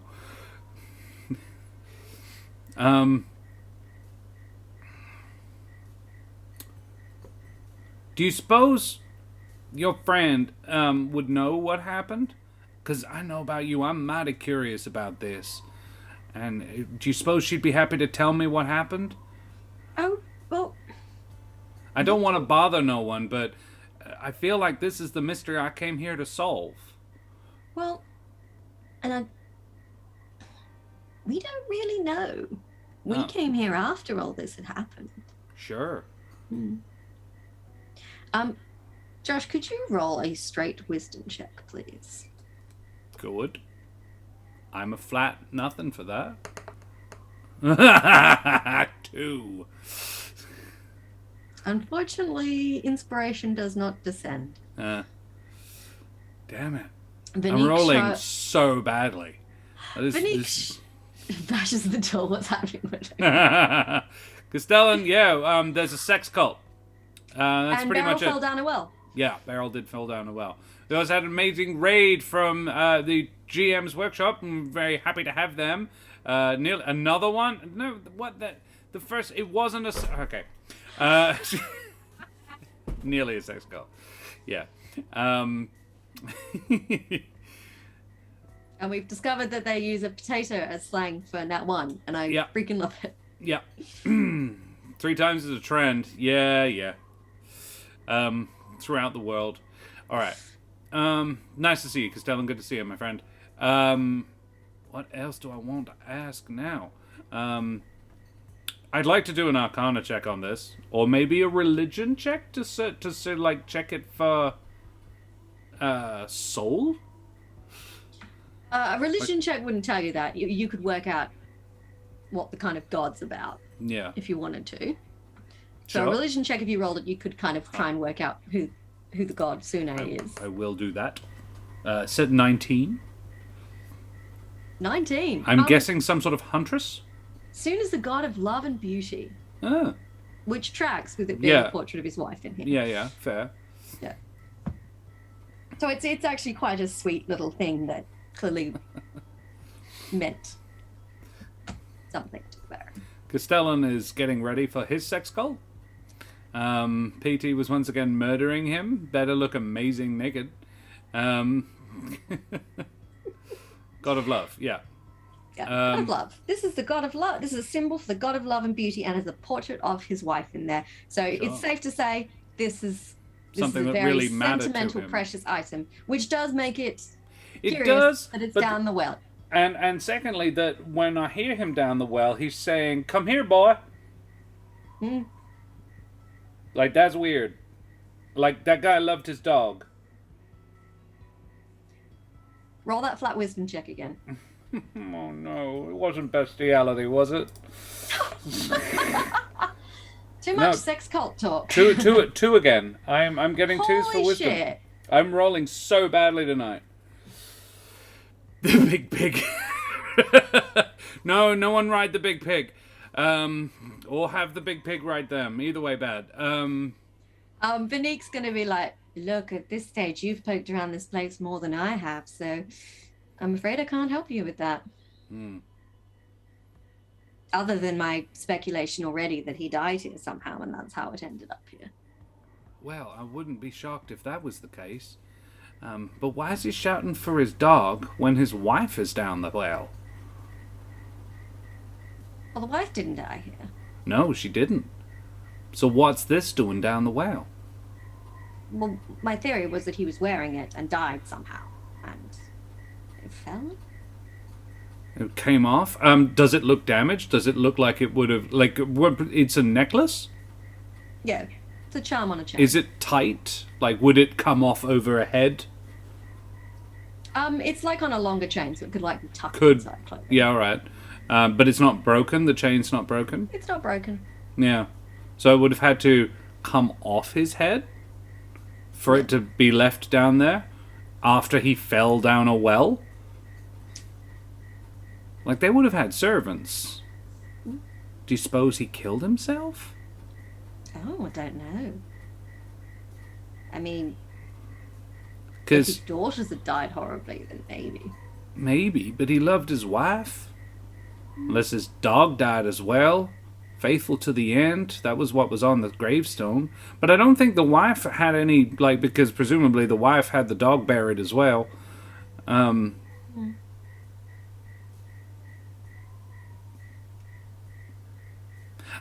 going to look through the journal, the wife's journal again. Because I only read one of the 6 pages, presumably. They're more than 6 pages. Yeah, I know, but yeah, 6 like, major are you gonna do pieces that right of. now? I think we'll go back upstairs.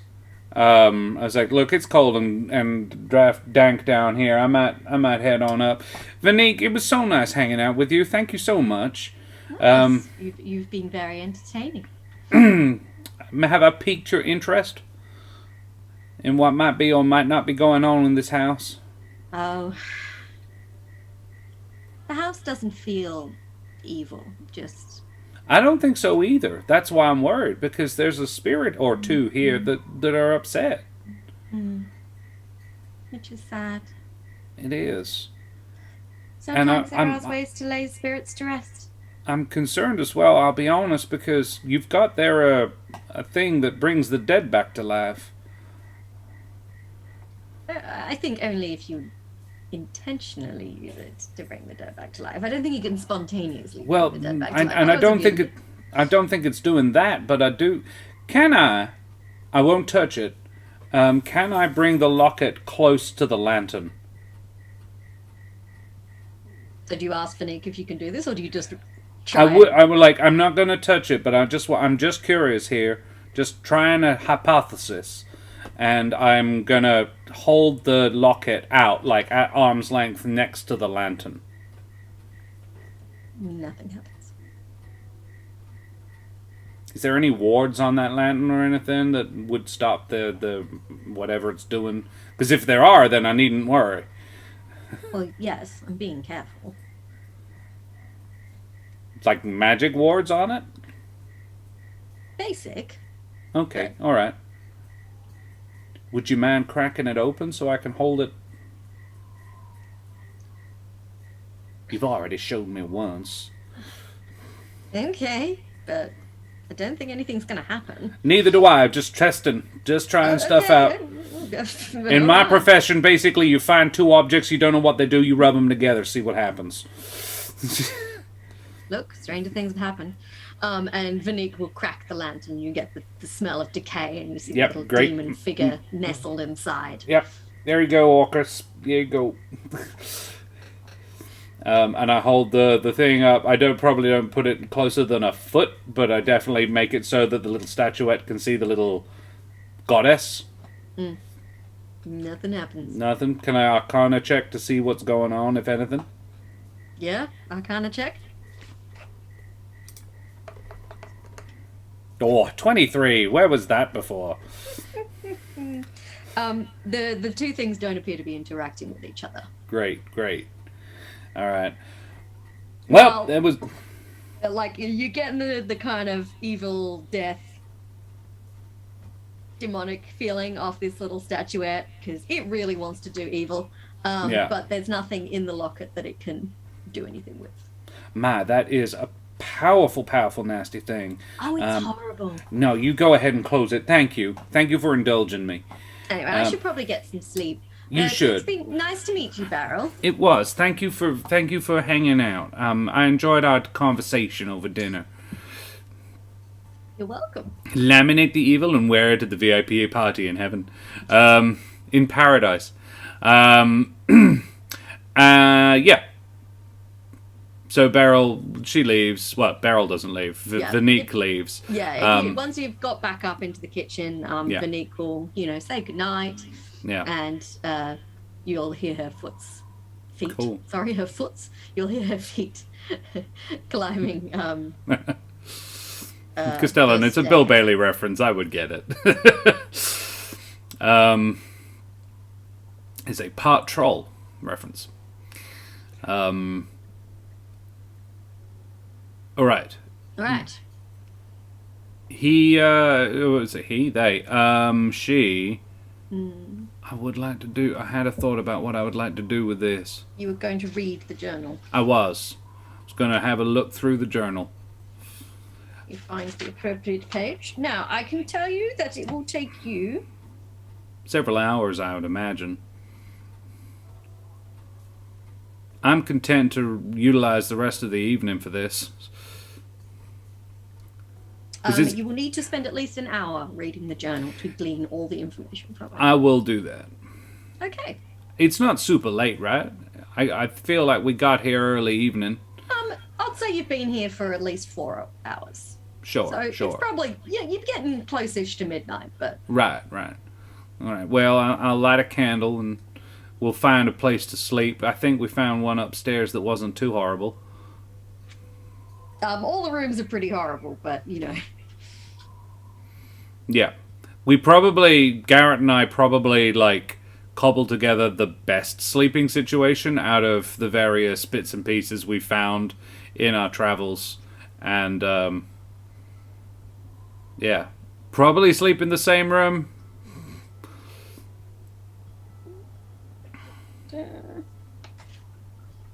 Actually, probably sleep in the downstairs room on the couches rather than in any of the beds, because the couches were covered properly. Yes, if you go to... And we'd light a fire in the living room. If you go to the parlour... Yeah. There are stuffed chairs there. Yeah. The parlour and blankets contains... that we could use as sheets. Yeah, there's overstuffed chairs and sofas. That's a room with the harp in it. Yeah. I would go that, and also I like music. It looked like it had been occasionally used by the cult, but not one they spend all their time in. Yeah, so it's pretty safe to say if you wanted to go bunk in there, they wouldn't have a problem with that. Cool. Yeah, and I'd light the fire, and I probably put myself so I can look up at the harp every now and again. Thank you very much for the follow, Menonita 512. Thank you so much for the follow. Hope you're enjoying the story of Beryl Ingots Fury. This is our Mano a Mano 1v1 series that we're doing, which we're quite having a bit of fun with. And I'm practicing my Southern Belle. But yes, you've made yourself comfortable, and you plan to read. I read the book. Okay. You read the journal. You learn the following information. Baron Brantifax was an avid hunter and often invited guests to the chalet to hunt with him. The Baroness admired his generous nature and his vigour. Oh. Only 2 kids, though. No sex cult here before. And you already know this one. This is the one you flipped open to at random. The Baron loved his trusty mastiff Brawn as much as he did his wife and children, but the Baroness disliked it when the Baron fed the hound scraps from the dining table. The Baroness felt isolated at the chalet, however. She much preferred the trappings of civilization city life. This was not her favourite place to come. Sure. So when everybody died, she left. Not surprising. All right. So Sylphine, the couple's firstborn daughter, was bedridden, having been born with terrible physical deformities. Oh my. The Baroness was glad that Sylphine could be housed at the chalet to keep her far from the public eye. Oh. And they hired a nursemaid to watch over the child whenever the Baroness was not at the chalet. The Baroness describes Sylphine's death at the age of 6 as merciful. Wow. And there's some indication that the Baroness had a hand in this, but it is not explicit. In the book? That's her book? This is her journal. Oh, the my. way she writes about it, you feel like she might have... Oh, my. All right. Haluth, the younger daughter of the Baron and the Baroness, was a tomboy, more like her father than her mother. Haluth was slain on her 9th birthday. Oh. Killed by a wolf while out hunting with her father. The Baroness doesn't blame her husband for Haluth's death, but neither does she absolve him of the guilt. Both daughters were buried in the chalet's graveyard at the Baron's insistence. In her final journal entry, the Baroness speaks of evil whispers in the graveyard and makes plans to leave Chalet Brantifax, vowing never to return. I wonder if it was actually Haluth I saw upstairs, or if it wasn't Sylphine.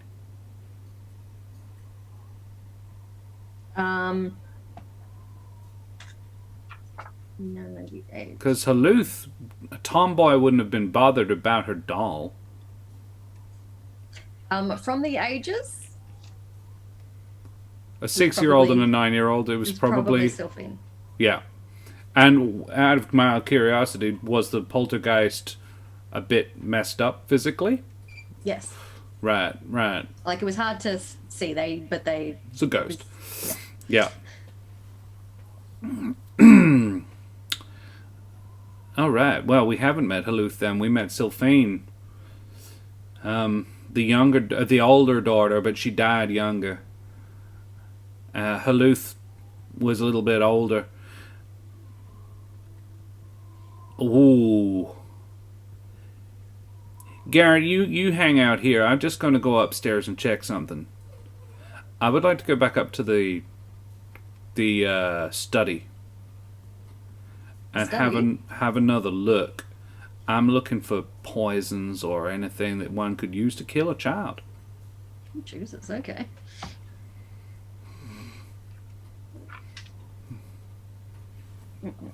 Investigation? Oh yes, that's above you, so you just have to pop upstairs. Cool. Do an investigation check. 24. Nat 20. Holy shit. Finally got a good nat 20. Unfortunately, there wasn't anything to find here. You don't find any poison. But because you rolled so well, you do realize that among the papers on the desk, one of them isn't blank, it's actually a letter. Ah. I would read said letter. Okay, this letter was written by the Baroness. You recognize the handwriting from her journal. But clearly, she never got round to mailing it. Oh, that's interesting.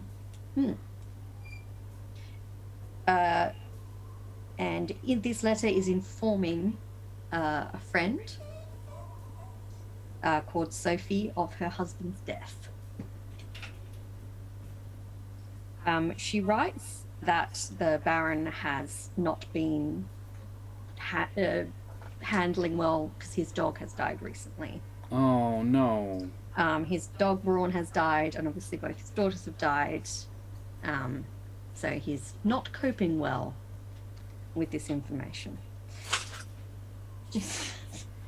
Does it say how? Yes, she says that he fell down a well. He has been sleepwalking. Oh. Around the chalet, and he fell down the well and drowned before anyone could get him out. Oh my. And the servants have been saying they've been hearing voices in the well ever since. Yeah. And since her daughter's death, she has been planning to leave, and this has just strengthened her resolve. Right. She's going to see her husband buried, and then she's like, and I'm out of here. So, death order, we have Sylphine, Haluth, Brown, and then the Baron. Mm-hmm. And the Baroness got out of Dodge. Fair. Mm. I wonder I think I might have to go back out to that. I'm probably do it in the morning, but I think I'm going to have to go back out to the graveyard. Something nasty out there they mentioned. Mm. I believe the journal mentioned something nasty in the graveyard. No. Or a bad feeling. Someone was. You had a bad feeling while you were in the graveyard. Okay. Yeah, I could have sworn somebody else mentioned a bad feeling in the graveyard. Yeah. Alrighty. Yeah, I go back downstairs and I hang out with Garret. Well, I have a rest, have a sleep. Do you share with Garret your discovery? Yeah. I come back down and I say, well, Garret, I found something else we missed upstairs before. And I show him the letter. I say, this is written by... I do apologise. I just realised in the journal she speaks of evil whispers in the graveyard. That was it. Evil whispers in the graveyard. I said, yeah, I think we might have to check out the graveyard. Oh, really? Can't we just take the gilded mirror and the gold thing and go? I mean, we can, but that's probably not what the bird wanted us to do. You might get swooped again. Well, it hasn't come in. No, actually, I would look out the window and see if I could see any birds. It's nighttime, so... Sure, valid. I have dark vision. You have dark vision, but if you're going to try and spot it at night, outside... Perception with disadvantage? Yeah. Leave the bird taken up. A 5. Yeah, no, I probably can't see shit. If there is a raven hiding out there, you can't see it. I mean, he might be out there, but I can't see it. All right. Yeah, what... Okay, so here's the letter. The letter says, we were right. He fell down the well. It drowned, unfortunately, down there. He was sleepwalking after his dog died. Yeah. Which means he had it buried. Which means he was probably the guy who said, loyal to the end. My impression is Sylphane, the oldest daughter, she died first, and then several years after that, Huluth died. Sylphane was 6 when she died, Huluth was 9, and she was the younger one, so there would have been at least, you would guess, 4 years between that. And then after that, the dog, Huluth was died whilst hunting with her father. The Baroness doesn't exactly blame her father, the husband, but doesn't not blame him either. But the journal mentions evil whispers in the graveyard. Oh, did you hear anything? No, but I wasn't endeavoring to go too far. I was being pretty careful about not finding too many things, to be honest. But in the daylight, we can take a bit of a closer look. Okay. You think we're alright to sleep in here? Why do you think not? No, do you think the ghosts are going to come looking for us down here? How many doors are there? In the parlor? Yeah. There's basically the doors go out to there's the door to the spiral staircase. Sorry, no, I'm confusing myself. Where are you? You're in the kitchen. I'm in the parlor. Oh, sorry, you're in the parlor. There are 2 doors out of the parlor. One goes to the corridor that goes to the big fancy dining room, and one that goes back into the front room with the windows. So, well, if you're worried about being disturbed, why don't we close these doors and push a chair against each one, and you sleep in one and I sleep in the other. That'll give us some privacy. Like a good plan. Yep. And that way we can both get a good night's sleep as well. I hope so. I don't think the Order of the Red Sash will bother us none. I kind of get the feeling that if we don't bother them, they're not going to bother us. No, at least not until tomorrow. All right, yeah, we do that and we have a long rest. Hopefully.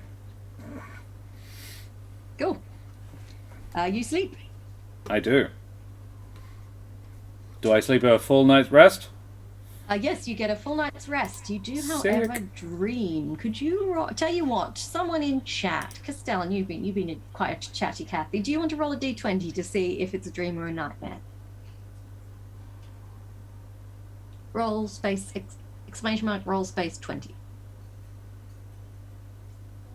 Reset maximum HP changes during this rest. What? A 4. Oh dear. Oh, good. You have a dream about drowning in the well. No, go back. What? It's stupid D&D Beyond. Great. I dream about dying in the well. You dream about drowning in the well and the feeling that even though your body has been removed, part of you is still lingering down there. You cannot get out. 4 out of 20 for the dream. You wake up a little bit upset by that. I do. Part of me is still down there. Do I suppose I might have that part now? Because I'm obviously intuiting that this is the Baron. Can I make an insight to see whether or not I feel like it's his heart that he left down there? Yeah, roll an insight. Siri, stop. Oh, the dog is mucking around with stuff. I don't know why. 13. Oh, hi there, Spina. Good to see you. Peter! How you going? For 13, you kind of... part of you left down there. You're like, oh well, the locket must have been special. It had the picture of his wife in it, and yeah. so And he maybe... really loved his dog, and if he loved his dog as much as his wife and children, then he really loved them too. So yes, it might be the locket. Okay, well, I'm not going back down the well anytime soon, that's for certain. Stop it. Well, we've been streaming for about an hour and 45 minutes. I might need the bathroom. Shall we have a quick break? A short little breaklet? And we will return very, very quickly. Guys, thanks so much for coming and hanging out with us. Thank you so much for the raid, GM's Workshop, and thanks so many of you for sticking around. Bloody champions. We will be back in 5. Yes, see you soon, everybody. Say goodbye, Karen. Bye-bye, Karen.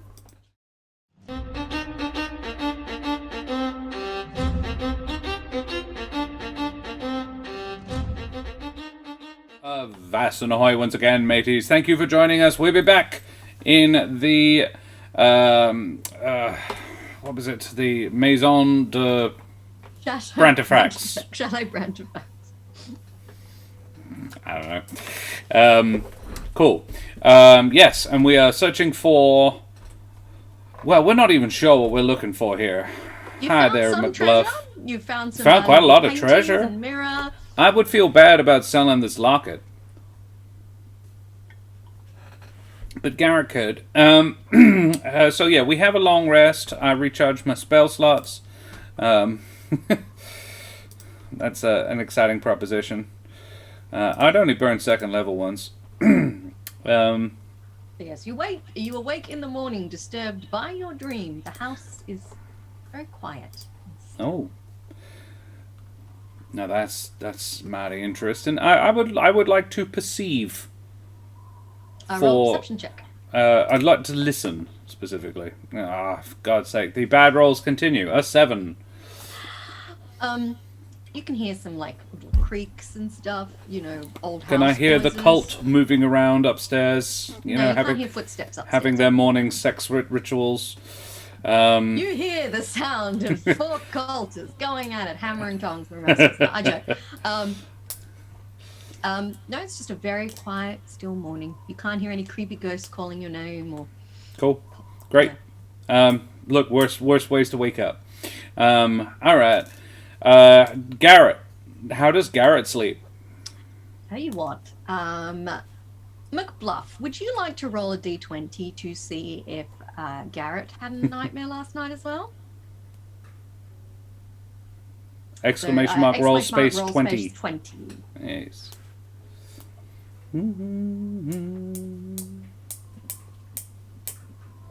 Or Spina, whoever does it first.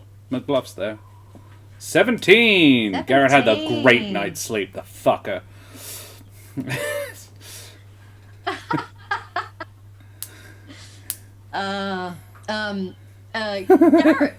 Garret looks pretty excited, and if you ask him, he will tell you about the really cool dream he had last night.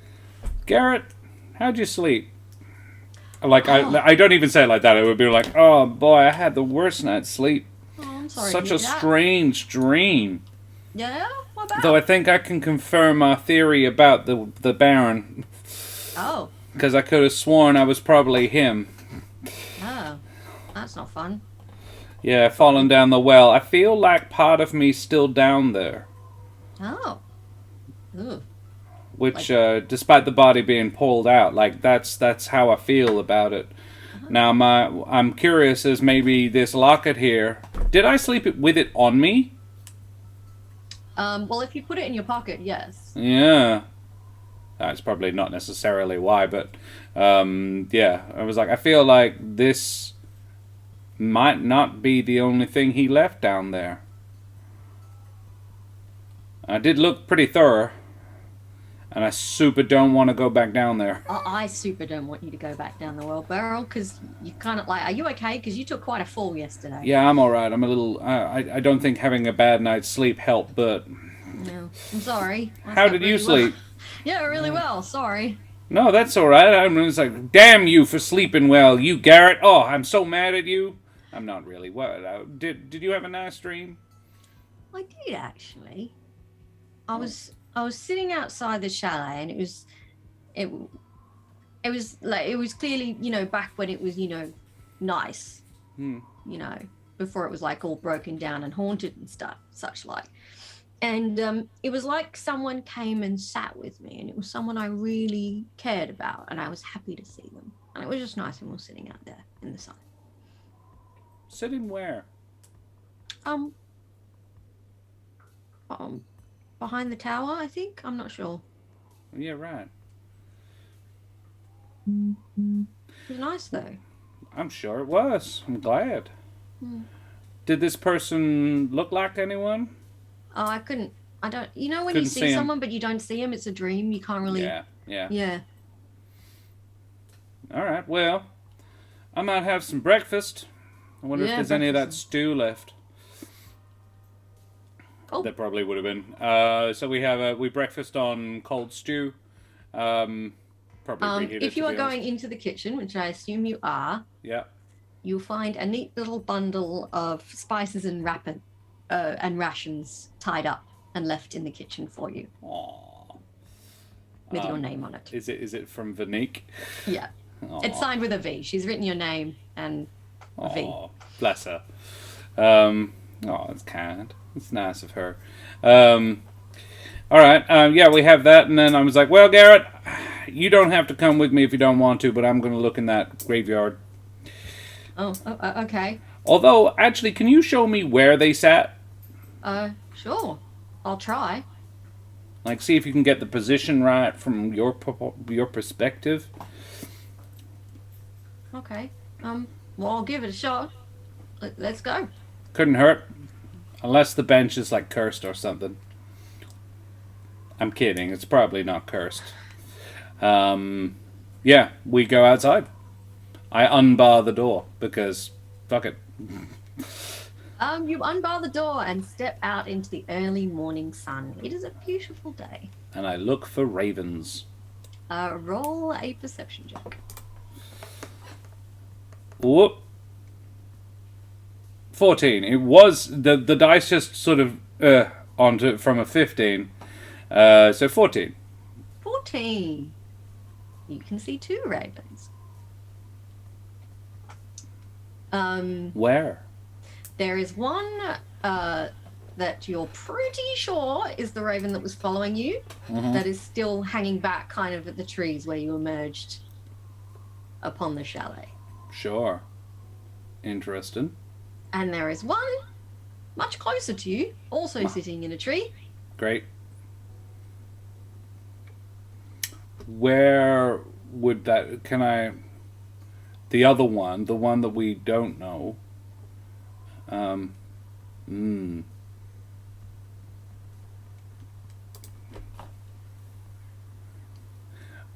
going to go over to the new one. Oh, okay. I say, just a moment, Garret. And I go over to the new one. You go over to the new raven, okay. And I say, hello there. Can I do an Arcana check on this raven? Go ahead. Expecting nothing specific. Ooh, 22. 22. Oh, this is a magical raven. Huh. Well, now that's interesting. This one's real magical. Hi there. I say to the raven. The raven kind of just does the... Yeah. Yeah. I don't want to show it the dangly necklace because I have the suspicion that it's a raven. So it'll probably just like the shiny object. I get out the map. What, you show it the map? Yeah. Great. Can I insight? Sure. Like, does it recognize this? Nat 20! Plus 4. You're not 100% sure about this, but it feels like the raven's trying really hard to act like a raven.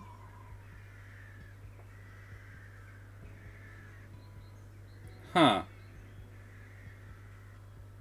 Well, now that is interesting.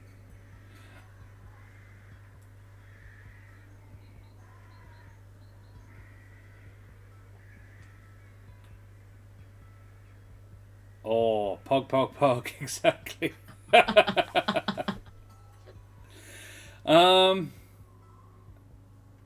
I'm mighty curious. Oh. You know, like, I actually cause, but says core way too specifically. It reminds me of... Core. Like that bit in Terry Pratchett where with the one with Gaspoto the dog in it, and he says woof, like actually goes up to people and says woof. It's like Woof. It's like, did that dog just say woof? And the dog's like, woof. It's like, you could have sworn the first time it just said woof. Woof. Yeah. I kind of want to cast sleep on it. Like you can if you want to. I would like to talk to it first. I was like, hi there. Are you, you seem like a clever raven. Are you here for a reason? Ah! You can stop acting like a raven now and talk to me properly. Ah!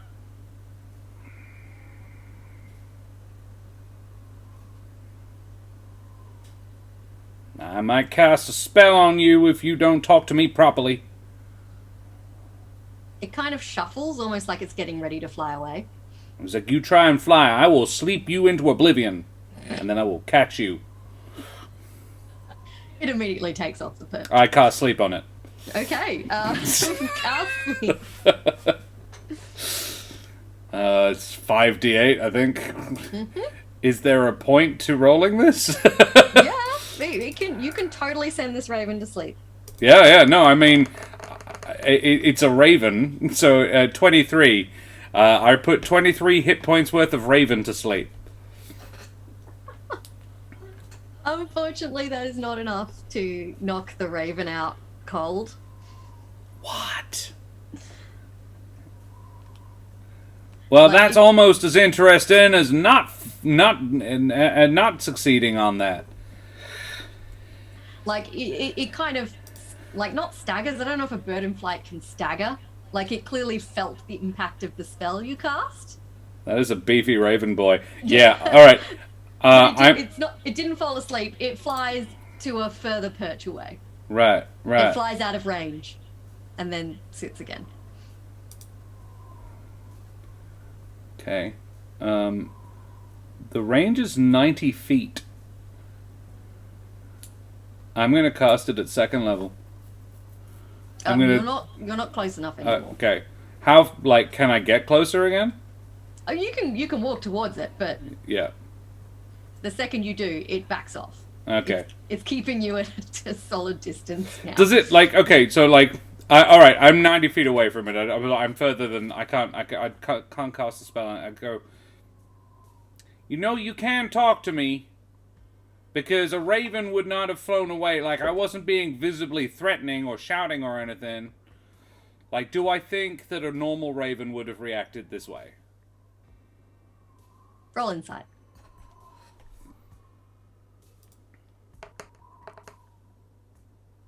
Eight. Back to normal. Tell you what, you can roll with it.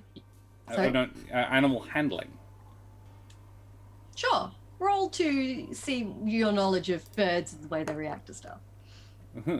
Also 8. It's a different kind of 8. 7 plus 1, rather than... If it had been inside, it would have been 11. I'm sorry. It might just have been a coincidence it flew away. Right. But it's backing off. It's acting like it doesn't want to be near me. It's flown just out of range of spellcasting range.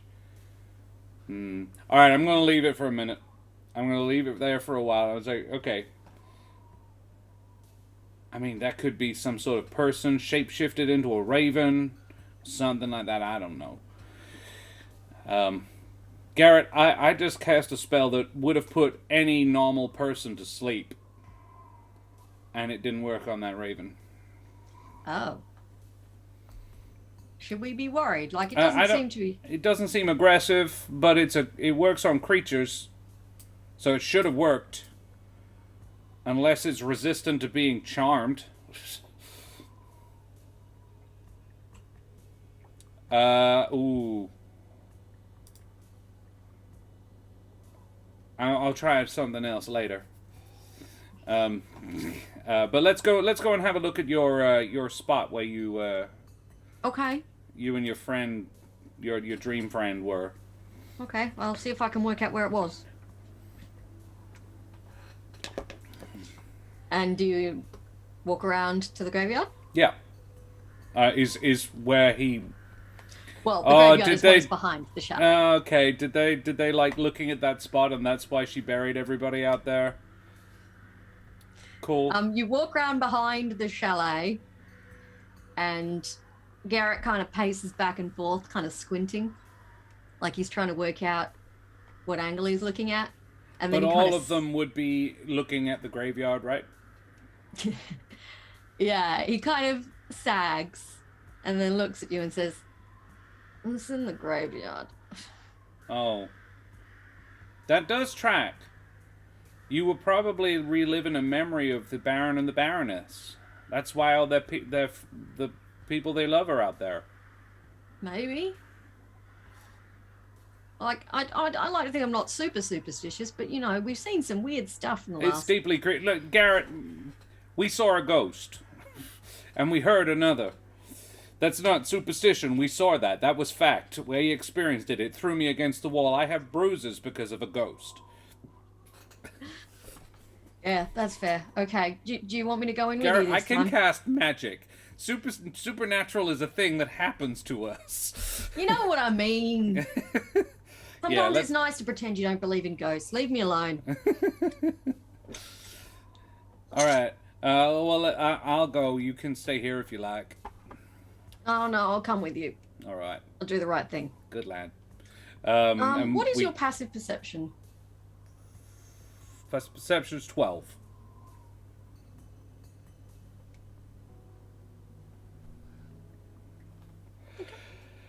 Okay. Do you enter the graveyard? Oh, but I would be sort of keeping my eye on the ravens. Roll an active perception then if you are Actively looking perceiving them. You are actively perceiving the ravens. Filthy 20. Filthy 20. The new raven is following you. It's come a lot closer now that you've turned your back on it and are walking away. It's trying to sneak up on you, but dirty 20, you clock it. Okay.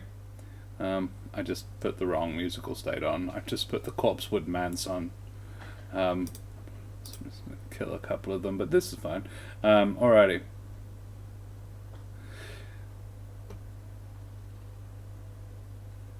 Yeah. It gets quite a bit closer, does it? It would now be within range, if that's your question. It's about 50 feet from you. I'd like to charm person, which is a little closer, so I'm going to wait. I'm just going to keep it in my eye, out of the corner of my eye. I'd like to try charm person on it instead. Cool. But I'll wait until it's 30 feet, because that's the range. Okay. And yeah, we go in the clear light of day, go and check out this area. Alrighty. Just be careful not to tread. I don't need to tell you not to tread on the graves. I'm sorry, that was silly of me. Alright, so the first grave is the Baron's grave. Mm-hmm. Do you go up to it? I would probably put the locket on it. So you walk up and you put the locket on the grave? Yeah. I might even bury it. You do so. I think this belongs to you, sir. You feel a sense of peace wash over you. Aww. As if something has been put right. Well, I'm glad. Garret, that felt right. That felt good. Yeah, I thought I felt something too. Well, good. 25 gold well spent, I think. That's what it's worth. No, it's fine. So you're welcome to dig it back up. Nah, I don't think I will. I think it's okay. That was my thinking too. I mean, that doll upstairs was real nice, but I don't think I'm going to be taking it. Well, good. I think we've done some good here. Let's keep. Yeah.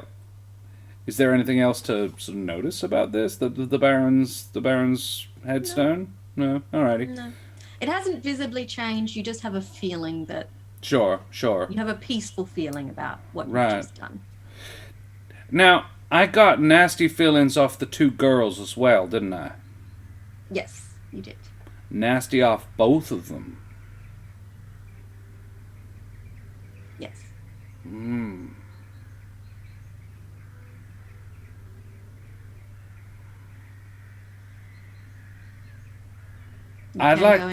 You can go investigate them again if you like. Yeah, I will. Probably Haluth first, not Sylphine. I know where Sylphine is, and I'm not keen to renew our acquaintance.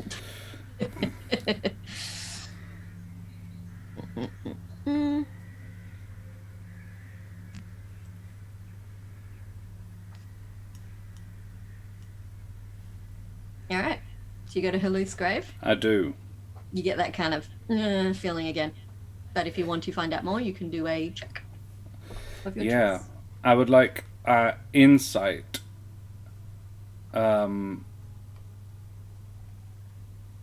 Yeah. Cool. Yeah, I would like to. You know what?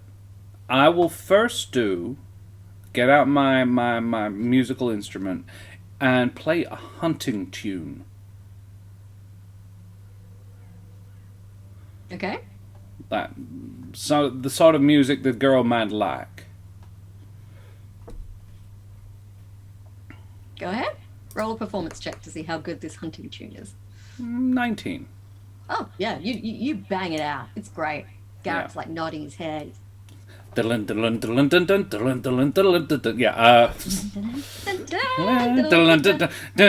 cannot really. You can't do it justice on a single instrument, really. But there we are.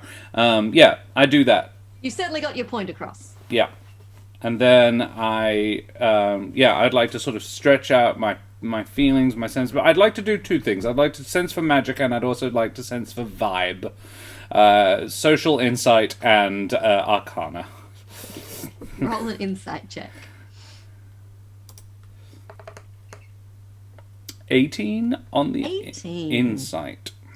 Oh, there's something nasty in here, but it's buried. Oh. So you get that nasty vibe, but examining it close, you're like, if I want to find out what's going on, I'm gonna have to dig up this grave. I'm gonna do an arcana 17. 17. You get the feeling that there's not there's something down there. It's probably not a little girl's spirit. There's something else nasty. Oh no. Oh no. Oh no. Oh no. But you're gonna have to dig it up. It's underneath the solid 6 feet of earth if you want to find out what it is. I'm not sure I do. But I think the Raven about it wants. Being under 6 feet of earth is it's not going to hurt anyone unless you dig it up. So. What? Then why dig it up? Curiosity. Yeah, killed the cat, or at least got its mouth filled with something horrible. All right. Garret, he could probably read my body language. It seems like, Garret, I think there's something horrible down there. And not the body of a little girl. Then we should be not mess around with it. I kind of feel like I should, though, because we were brought here by a bird to do something. And I don't think it was put a locket. No. Can you feel it? I'm morally opposed to digging up graves, Beryl. Yeah, I know. I just don't feel like that's a little girl down there. I don't know if this is actually a grave. Oh.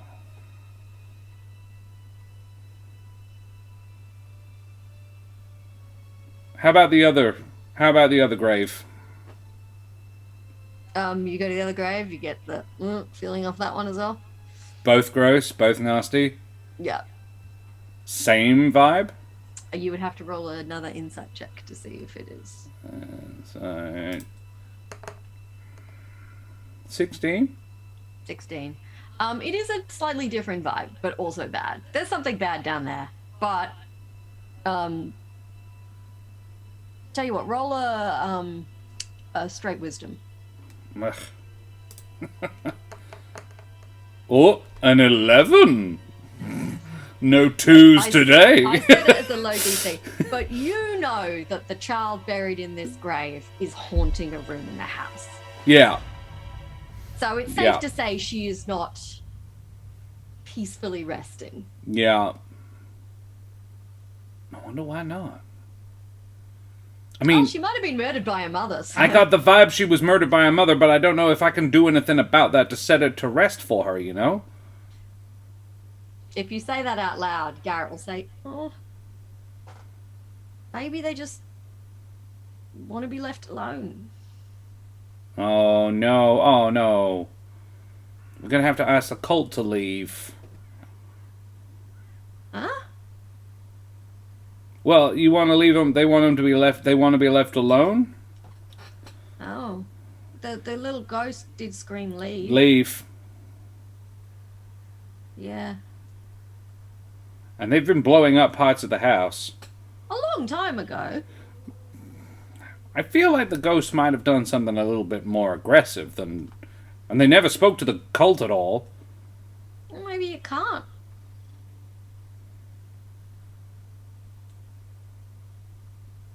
I mean, we can go talk to them.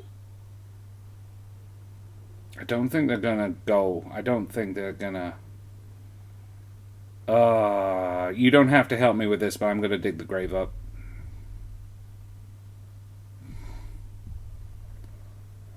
Which one?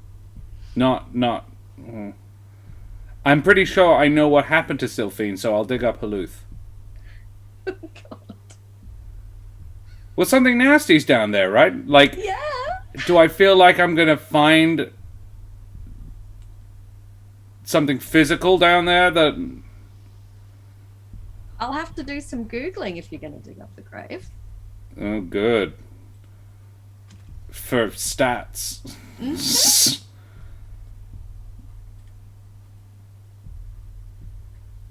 Yeah, I am. Garret, I'm going to dig this up. I'm going to ask you to go and get our friend from before. Vanique. I wonder if she wouldn't mind joining us for just a moment. There was a shovel in the front hall. I feel like I shouldn't tell you that. I don't want you to do this. I don't want me to do this either, but I think this is what this is. How close is the Raven? It's still about 50 feet. Okay. I'm going to walk back to the house, deliberately not looking at it, but try and get within 30 feet of it, but without making it look like I'm trying to get within 30 feet of it, like I'm just taking a slightly circuitous route to where I'm going. Because I like where this is heading, I will say that if you walk casually back to the front door of the house, just you fly will pass casual. within 30 feet of the Raven. I can make a deception check if you like. I'm quite good at it. Yes, roll deception to see if it clocks what you're doing. Nat 20! Oh, yeah, it's like, but it's not moving. And then I turn to it and I cast Charm Person on it. Explain to me how Charm Person works. Charm Person is a wisdom save of DC 14. If it fails the saving throw, it is charmed by me until the spell ends, which is an hour, or until someone hurts it. The creature, humanoid specifically, but that's okay. The charmed creature regards you as a friendly acquaintance. When the spell ends, the creature knows it was charmed by you. Cool. Well then, the Raven will need to roll a wisdom save. Lizelle, you haven't rolled any dice for us tonight. Lizelle, would you like to roll a wisdom check for me, please? Is it just exclamation mark wisdom? No, it's not programmed in. It's just a D20. Oh, okay. Just roll a D20. Exclamation mark roll space 20.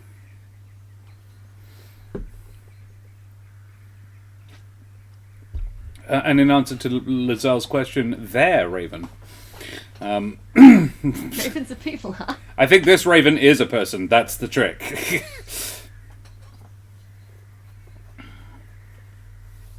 And if Lazelle's not here, then maybe Spina. Bolly! Hey, Bolly! Hey, Bolly! I've been here with you in the background. Hope you're enjoying it. Lizza, it turns out you can't roll a wisdom check. I don't you have to it roll programmed exclamation mark roll space 20. There we go. 18! Damn it! Yeah, sorry, it doesn't work. I'd try it again. I'll just do it until it works. Alright, cast again. Bolly Firesmith, do you want to roll its wisdom check this time? Roll low, Bolly.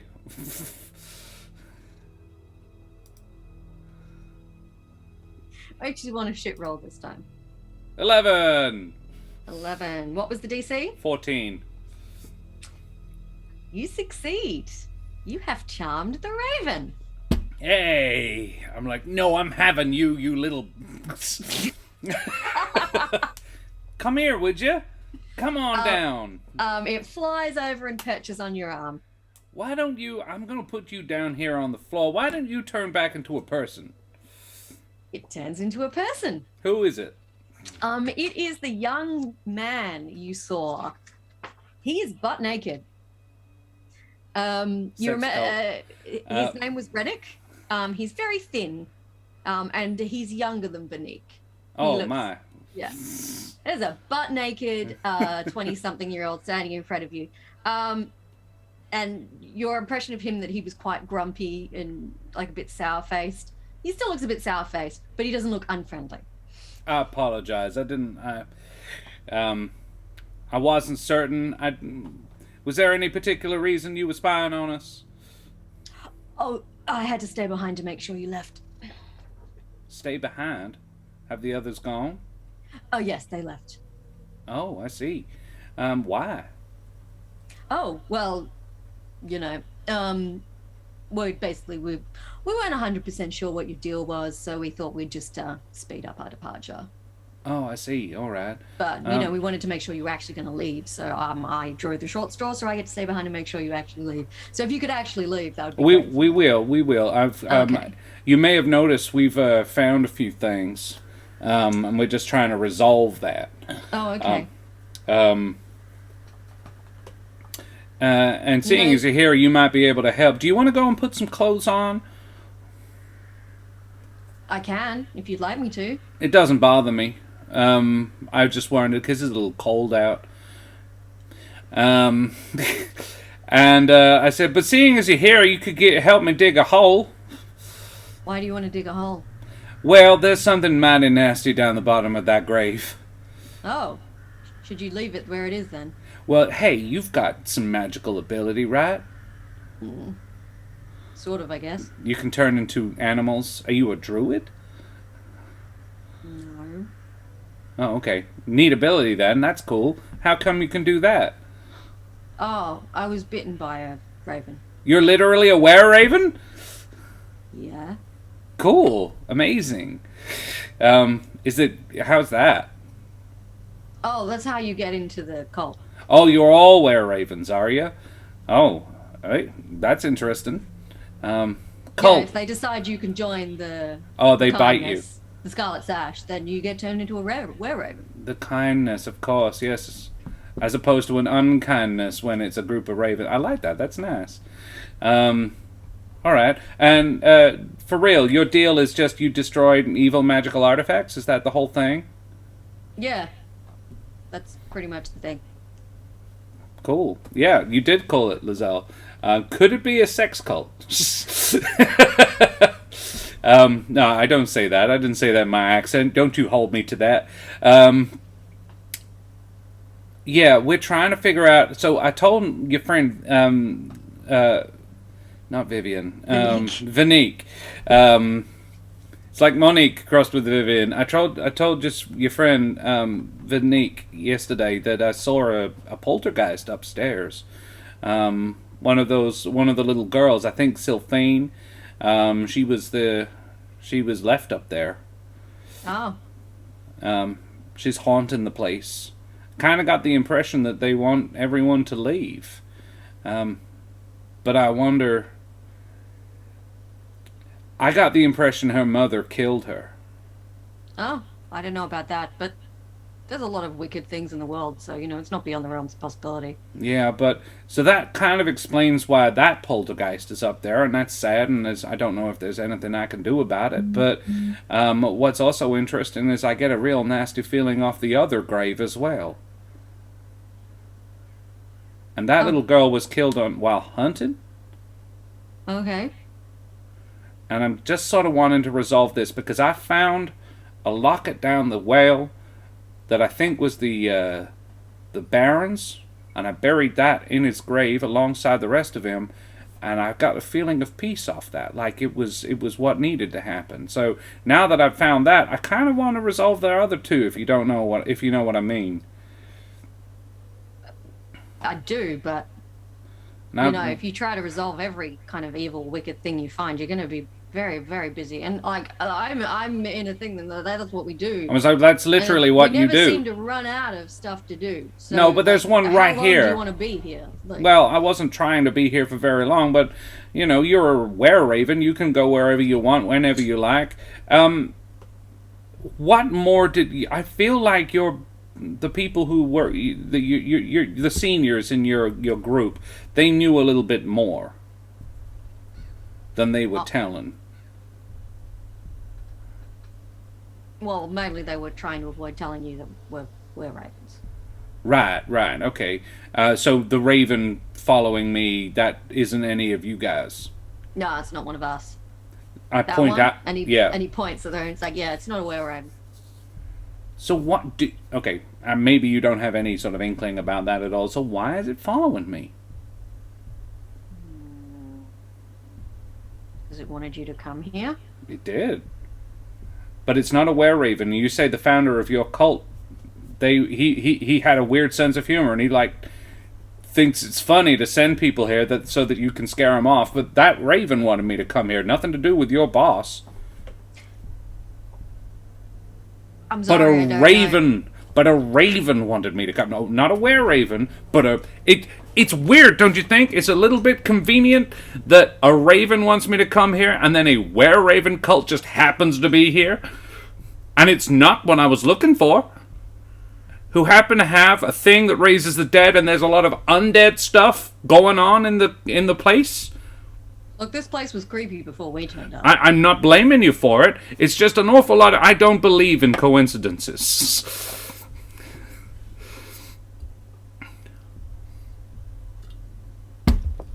I'm sorry, I don't know why the raven is following you or why I want you to came here. Well then, seeing as I've got you, why don't you help me dig a hole? I can help you dig a hole. I'd love to help you dig a hole. Thank you. I appreciate it. Sorry, I'm not angry with you. I'm just trying to figure things out, and I get a little bit head up. Just to clarify, under what situations would charm person end or be broken? Ends if he takes damage from me or someone who is a friend of mine, or if an hour elapses. Okay, cool. So I would dig a hole, ideally as quickly as possible, and he will help me. If you don't want him to get dressed, you just have to go get the shovel from... You would have walked past it on your way out. We go and get the shovel, and we exhume a corpse. Actually, there's a couple of cloaks in that hall if you want to put some cloaks. I am not fussed. If he isn't fussed, I'm not fussed, but I'm like, it's cold out. He's not bothered. You get the feeling that, he spends more time as a bird than a man. Yeah, so they were probably sleeping in that room as birds, right? That's a pretty fair assumption. If you ask him, he will confirm that. Yes. Right. It's like, a lot of these things are adding up. I'm really glad that I found out you guys are all were-ravens. I really wanted you to, Josh. I just didn't want to make it too easy for you. No, you didn't make it easy at all. Thank you. I'm like getting almost to it. And then, Yeah. That's very satisfying. I am glad. Angry, but glad. It could be a sign from the Raven Queen. Because that is referenced in the book. That they believed in the Raven. That these people went to the Shadowfell and weren't bothered by it. But I don't know how relevant that piece of lore is. So yeah, I'm gonna dig up the thing. Are you gonna dig it up, or are you gonna make? He and I are gonna dig it up. I'll help him. Okay. He's gonna do it, and I'm gonna help him. Okay, cool. And Garret is gonna stand watch. Okay, Garret is gonna stand and watch. God, as someone who doesn't dig holes regularly, how long do you think it would take to dig a 6-foot grave with a shovel? With a shovel, if you're putting your back into it, he's a were creature, so they're probably quite strong. He's quite strong, yeah. So yeah, I would say probably an hour is probably a fair guess. Doesn't need to be large enough to get a corpse down. It just needs to get 6 foot down. Okay, well, let's say he just digs a small hole straight down. Yeah. I feel like we'll know what we're looking for when we find it, and if we don't find nothing, then I'm all right with that. Tell you what, let's say Black Do we Rose find a Darkthorn. box? Could you roll a d60 for me, and we'll see how many minutes it takes him to dig down. All right. Just like a that. reminder, he's only charmed for an hour. Yeah, so. yeah, I can cast it again. So exclamation mark roll space 60, please, Yeah. Black Rose.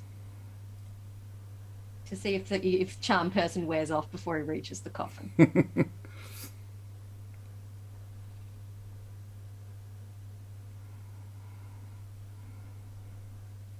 And do I have any ranged ability?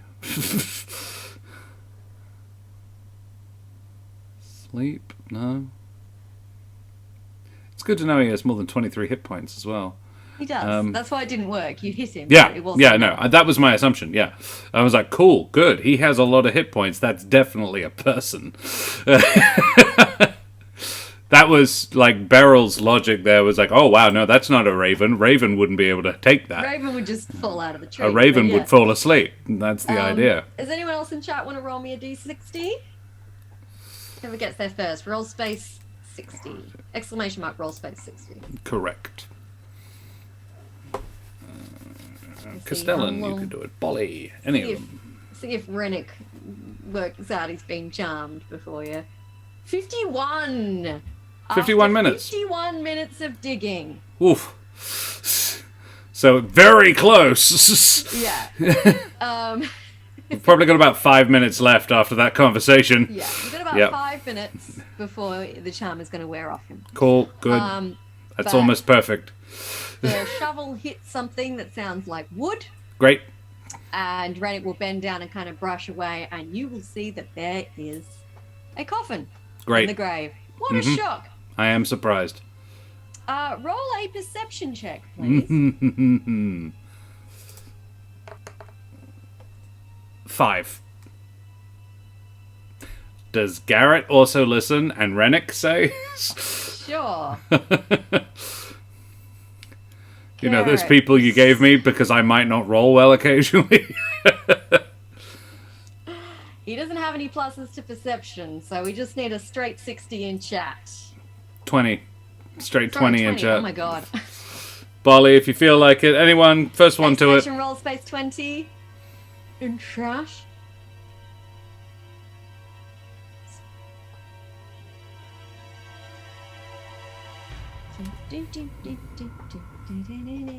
Seven. Nope. 7. Not much better than me. All right. Nope. We don't hear it. Roll for the lovely Rennick.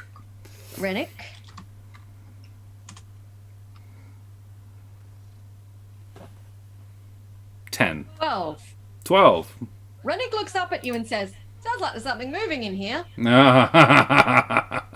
Then Rennick, I hope you'll agree that might well be something that I like what I was saying before. How big does it sound? I don't know. Fits in a coffin. Yeah. Oh dear. I get down there and knock on it. Like, I know. You sound almost like someone scratching on the inside of the coffin. They are agitated by you banging on it.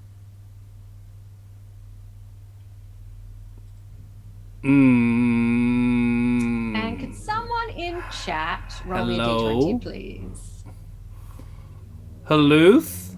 You in there, darling? Please be Haluth. Please be Haluth. Oh. I chose the right Sirenscape soundtrack for this. I'm gonna roll because no one's jumped in. 6. Good. There's more scrabbling inside, but whatever it is, it hasn't managed to get out. It's not responding to your questions, though, other than try to continue to get out. Rennick, I reckon you might want to step back from that. You wanna? I offer a hand to help him out. Okay, cool. He'll climb out of the grave. I say, Rennick, thoughts? Garret? Well, Garret looks a Because bit nervous. I hate the word zombie, but I'm gonna say it. I'm just gonna put it out there in the world. Like, if we kill it again, it'll be at rest, right? That's my thinking. I kind of hope so. Rennick, thoughts? You're the professional getting rid of nasty things guy. Well, it is an evil thing. We should probably destroy it. Cool. Then I'm going to apologize to you now rather than later. I'm sorry for the spell. All right. What spell? Don't worry about it. You'll know in a minute. How are you in combat, Rennick? We've got a shovel. Great. Love your thinking. It's outside the box. As are we. I am tempted to shatter the box. Like with a spell, or? Yes, the spell shatter. Okay, you can do so. Yeah, I do that. It is a 10. It is a 14 con save for half damage, and creature made of inorganic material such as stone, crystal, or metal has disadvantage on the saving throw. Each creature within 10-foot radius of the sphere centered on the point. Non-magical objects that aren't being worn or carried also take the damage if it's in the spell area, so the box. I burn a second level spell slot. Okay. And I do 3d8 bludgeoning. Oh, pair of 1s and a 4. I am rolling dog shit this evening. 6 thunder damage. 6 thunder damage. 3d8. There It's is a poor an roll for 1d8. Does the box break? The box cracks but does not break open, and there is an angry, wordless, non-human from inside. Cool, I do it again. Honestly, that's probably the best result because I can just do that again and it's still in the box. Though actually, it does need to roll a con save to see if... Whether it takes half damage. Half of 6. What was the DC to beat? 14. Yeah, it takes the full 6. Okay, good. Well, it can do it again because I'm going to do it again. Okay. Stupid. That's 8 this time. Another pair of 1s. Oh, that's ridiculous. I know, right? I am rolling so badly. Do another 8 points of damage to hopefully just a zombie. The coffin splits open a bit more. You can see something moving inside, and it is pissed. Great. I only have 1 more of those in me. I might hold on to it. Garret, can you put a crossbow bolt through the through that gap? I can give it a crack. Oh god, I didn't mean to make a joke. I'm sorry, Beryl. But I am going to cast heat metal on the tip of his crossbow bolt before. Okay, cool. Does someone want to jump into chat and roll an attack for me for Garret? Exclamation mark, roll space 20. Whoever's fastest. His fingers fly across the keys and send a heated arrow shooting into the cracked up coffin below. Bolly. 18, Bolly. Yeah, boy. Ooh, very nice, Bolly. Lizelle, pleasure having you. Got Take a care. +5, so that's a 23. So he fucking nails it. It shoots right through the hole, the crack in the coffin, and skewers whatever's inside. For 1d8 +3 of damage. And I do some extra. It also takes 2d8 of fire damage at the beginning of every turn. Any creature in physical contact with the objects takes 2d8 fire damage when you cast a spell, and I can use a bonus action at the end of my turn, in my turns, to do it again. So yeah, I'm just pumping heat metal into this. Oh. Oh my god, the shit Wow. rolls continue. Yeah. It takes 1 point of damage, but it does get skewered by I heat metal. It takes 4 points of damage, so it's taken 6 then. Sorry, what was your damage you did? I did 4, I think, the first one. No, you did 6 and 8. 6 and 8, and So it's just 18, taken another 4. So from 18 total. bolt. So it's taken 18 points of damage so far. Mm-hmm. And now you do your heat metal damage, please. See ya, Castellan. Take care, my friend. 2 of them as well. Oh, that's better. That's another 10. Another 10, so it's taken 28 points of damage. And it's still in a locked box. It's Love still it. in the box. It was like, no one break the box. This is great. Actually, I'll just don't even shoot it again. I'll just pump more heat into it. Basically, I just focus on making it hotter. Unfortunately, it is going to do another strength check to see if it can get out of the box. I'm actually going to back away a little bit. I tell everybody to back away a little bit. Like, give it some room, give it some room. I don't need to be able to see it for this. 11. Oh, shit! It was a low DC because the box is damaged. Yeah, I broke the hell out of the box. Okay, I kind of want to know what it is anyway. This is fun. An angry and disheveled-looking scarecrow climbs out of the coffin. Ah, and it is no. well pissed at you. Scarecrow. Yes. Ah. Scarecrow, not a dead little girl. Well, I didn't call it, but I was right. Wasn't I right? I was right. Brian?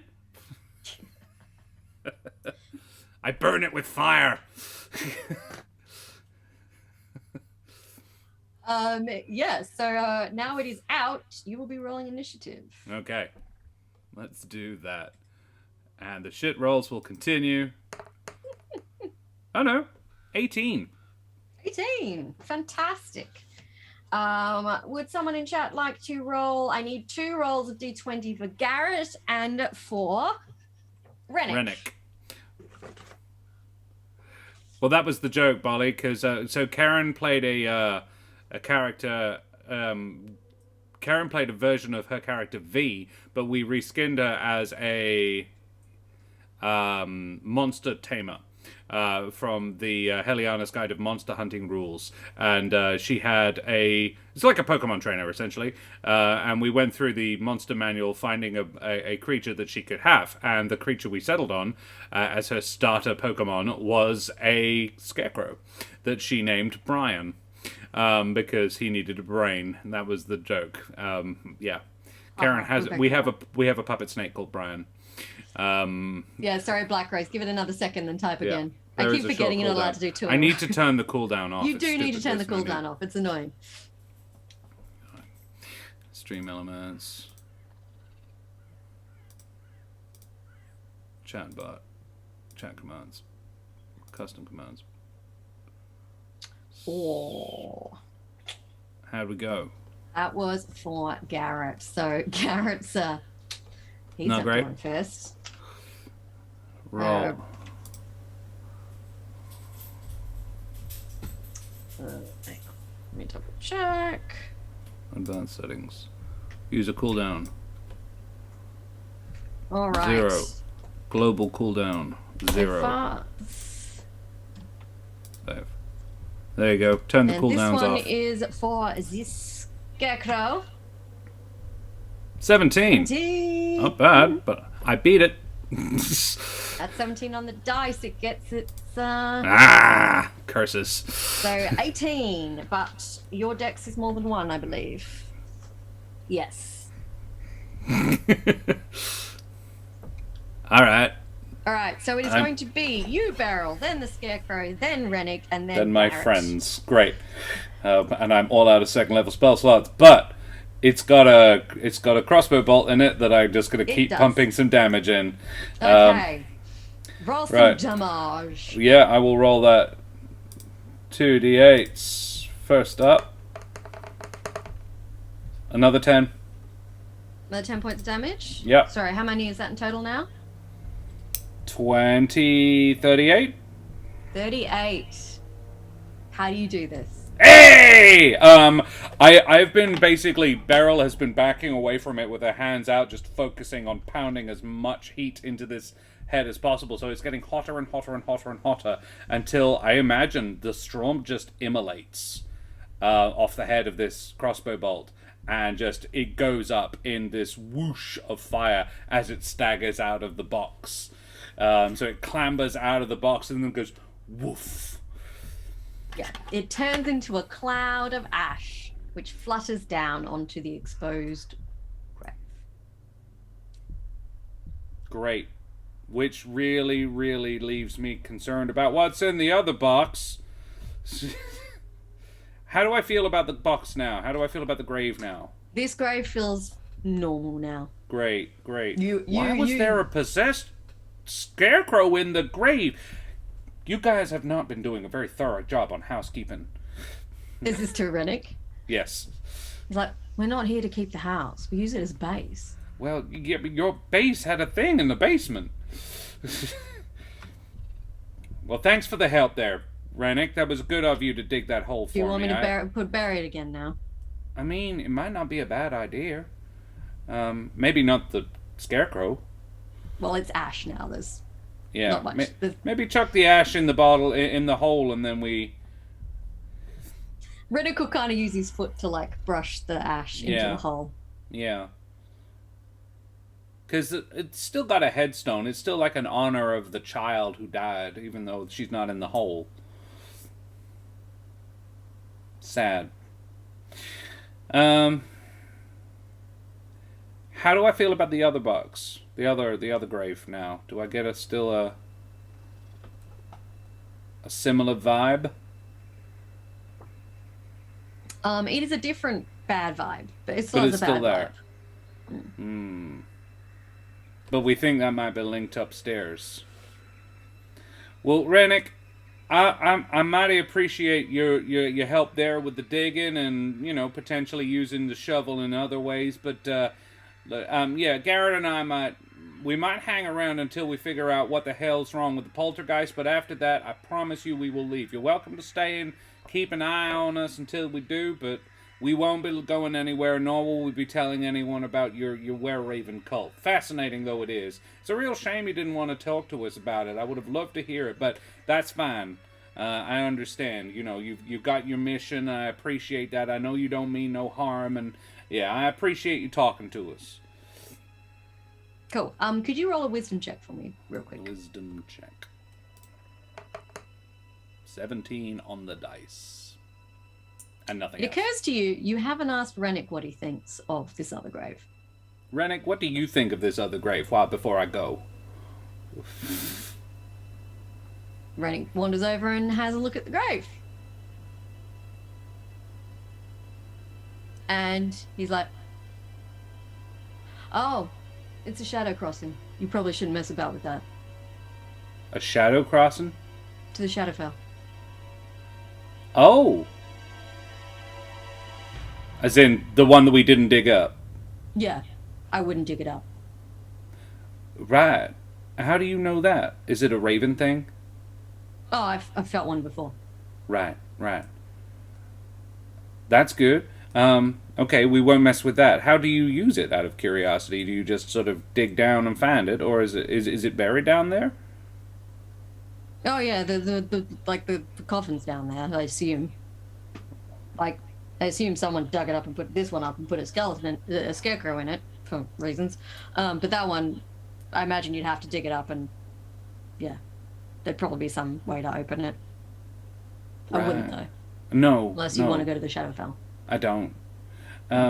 What's interesting is the people who wrote that book, the book that I found the map in, they were so the person who wrote the book, they were a traveler. They hung out with a bunch of people who traveled in the Shadowfell. Oh. Interesting.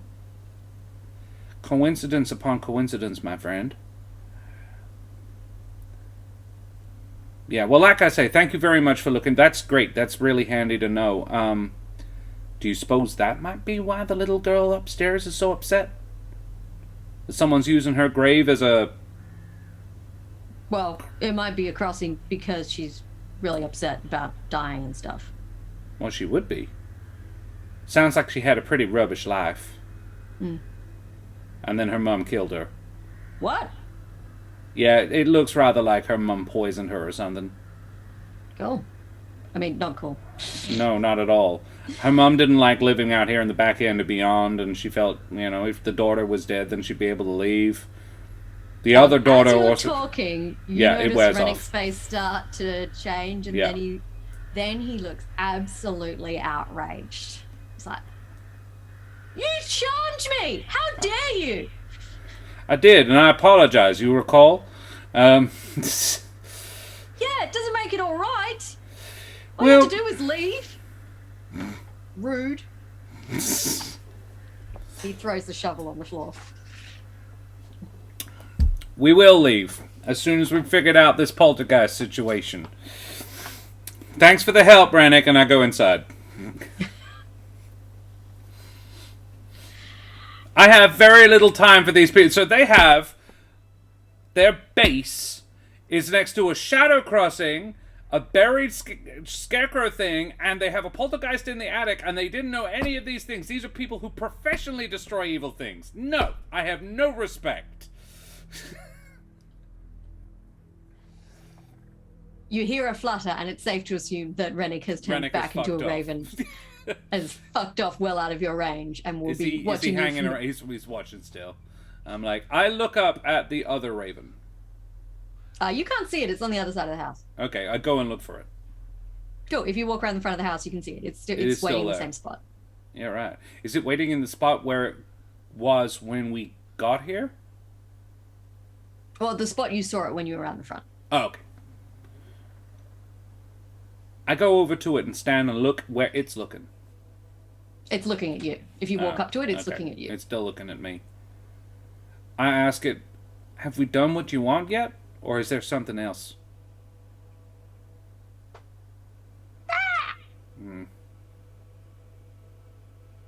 Can I Arcana or Insight to see if this one knows more than it's saying? You can roll an Insight. Insight. Hey, nat 20. +4. The raven seems pretty chill. Yeah, right. It seems pretty happy. It's been quite agitated most of the times you interact with it. It seems pretty calm right now. Right. Okay. All right.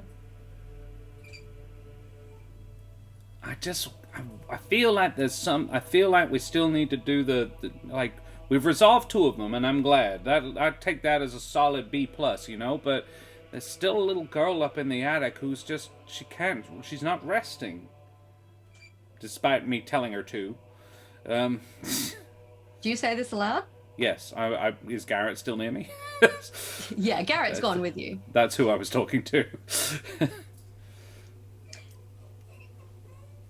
I'd feel less bad robbing the place if the little girl was, at rest. Oh. And maybe... I feel like the only way to make a poltergeist rest is kind of, kill it. Yeah, I guess. I'm gonna go up there. You don't have to come with me. I don't intend to touch the doll again. But what I think I might do is just have a chat with her. Okay. You sure you don't want me to come with you just in case? I mean, you can if you like. I won't make you, is my point. I don't think it's not your duty to. But I feel I want to tell her that I understand. I want to tell her I think I know what happened. And I think as a police officer, as a former watch officer, I think it's my duty to see if I can't, figure this out. And at this point, my soul's not at rest. Okay. Well, I guess I'll go with you then. Good on you, partner. And I sort of punch him in the shoulder gently. And we go back upstairs. And I sit in the rocking chair. I prestidigitate it clean. And then I sit down in the rocking chair. And I look at the bed as if Sylphine is in it. Mm. And I smile in my best grandmotherly smile. And I say, "Hi there, Sylphine. I'm sorry about what happened outside. I'm sorry about... Because you must have seen all of this happen. All your dad and your little sister growing up without you. That must have been hard for her. And it must have been hard for you to watch it happen. But most of all, I'm sorry about what happened between you and your mama. I'm sure you know what's going on here, but I just want you to know that I think I figured it out now as well. And don't you worry, little one. I'm going to get to the bottom of this. I'm going to make sure that, that the right gets done here."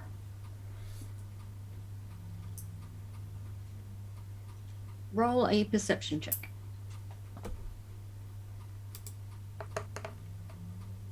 12. 12.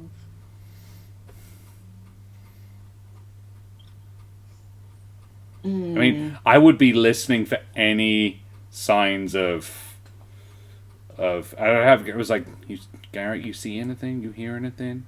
Any sign that she might be? Tell you what, roll with advantage because Garrett is also eagle-eared. 13.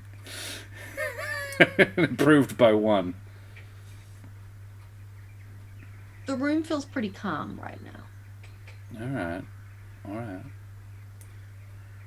I am going to take one of the dolls, not the one I took yesterday, and I'm going to tuck it into the bed. I'm going to take the prettiest one, not the Raggedy Ann doll, and tuck it into the bed and say, you go to sleep now forever, all right? It's okay. Auntie Beryl will sort it all out.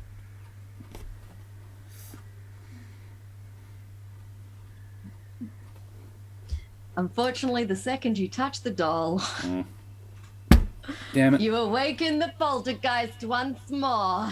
Okay. The room becomes very cold. You hear a rushing of air. And the little girl appears once more and screams, "Leave."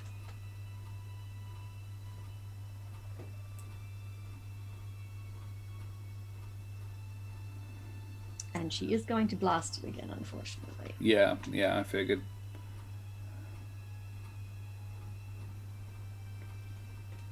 I'm just giving a moment, so if you want to think of anything to do. Yeah. I would like to persuade her, I think. I'd like to try and persuade her to say, "Now, please, just calm down a moment. I need to talk to you. I need to tell you I think I know what happened." I'll roll a persuasion check. I've been rolling so badly all night.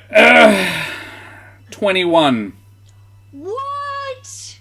Apparently what you're really good at is persuading a poltergeist to, like... I get thrown against the wall. I'm like, "Ah! Now then, just hold on a moment. I understand, and I'm going to leave just as soon as I can talk to you, but I need to talk to you first."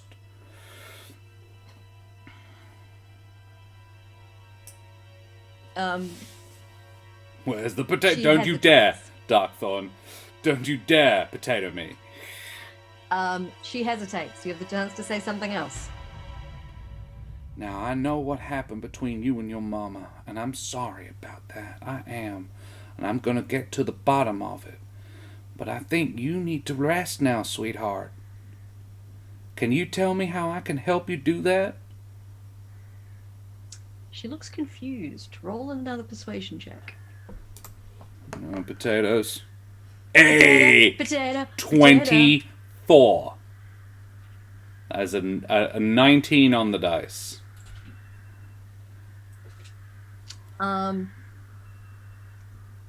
Ooh, how do I want to do this?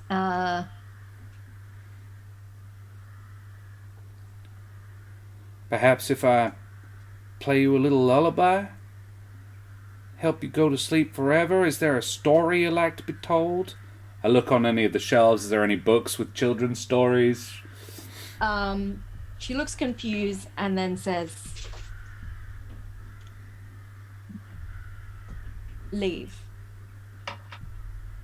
You want to leave? And she points at you and says, leave? If I leave, you'll be able to leave? Is that what you mean, darling? And she points at you again and says, leave. So you'll be at rest if I go away? She doesn't seem to fully understand the question. Can I insight what she's saying? Like, can I insight what her meaning is? Yeah. Roll an insight. While I be attacked by a dog. Yeah. Attack by love. 10. Couldn't hold out forever. You rolled a 10? Yes. She doesn't seem to, like, she's not all there. She seems confused. Right.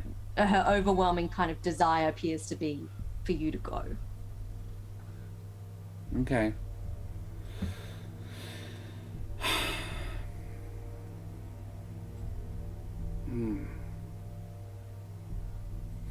I will. Just as soon, and I take a couple of more steps towards the door to show that I'm willing to do that.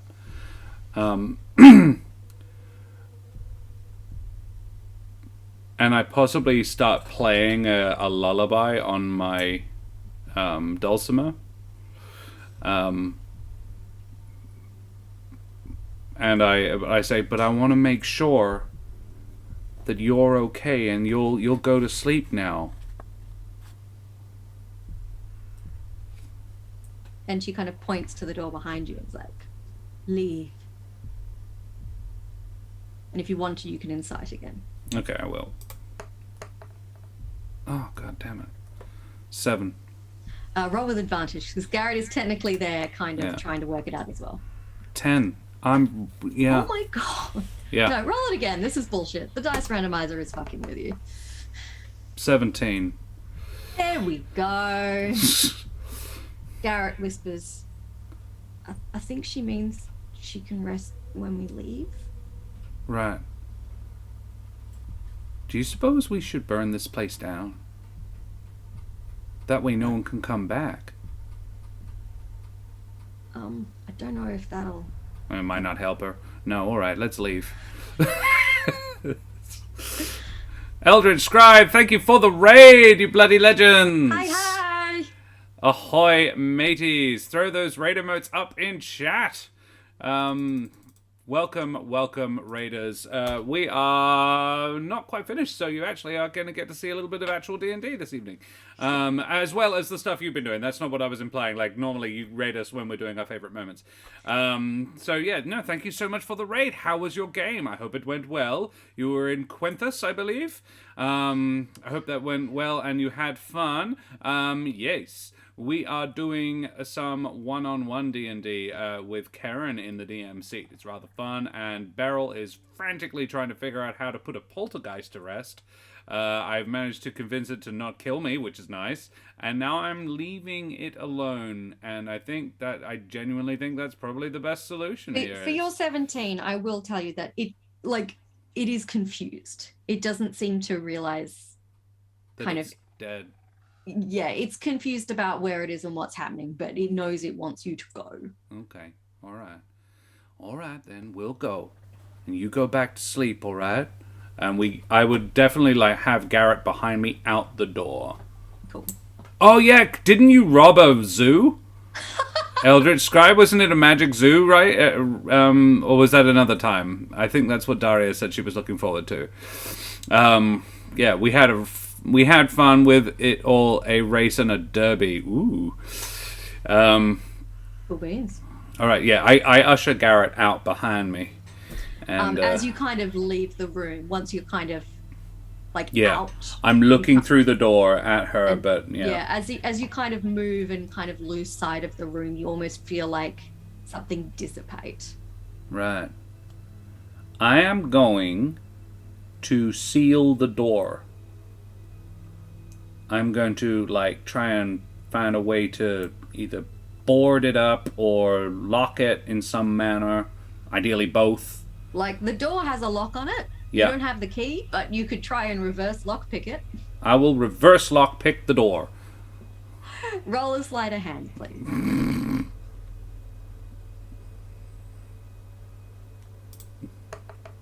I will not reverse lockpick the door. I mean, I can break the door. That would probably be what I'm wanting to do. So I will, yeah, I'm gonna, I still want to lock it first, though. Yeah. That or jam it, you know? Garret has a +3 to sleight of hand, so you can ask him to have a crack. Garret, would you mind? I'm all thumbs today. I'm all shaky after the ghost. The Dasher, could you roll me a 20, please? ! Roll space 20. Or Delred, or Eldritch Scribe, anyone. First one to it. Fastest fingers. ! Roll space 20 in chat. See if Garret can do better than me. I am rolling so badly. Every now and again I roll I'm good at specific things, but yeah, nah. You're really good at persuading the poltergeist not to... 7. Okay, a 10. Look. A 10. He manages it, but it's he's fiddling around. I said in my head as long as we get the lock across. Yeah. And then I take out my short sword out of the neck of my dulcimer and break the handle off. Okay. So now it is locked, and there isn't even a handle for a luck to pick. Oh. And I go, no one's getting in there no more. And, yeah, I think that'll do it. Thank you, Black Rose Darkthorn. Thank you, Eldritch Scribe. That will do. Okay, that great. Will do. All right, well, let's go get our loot. All right. You are unmolested by ghosts as you collect your loot. Great.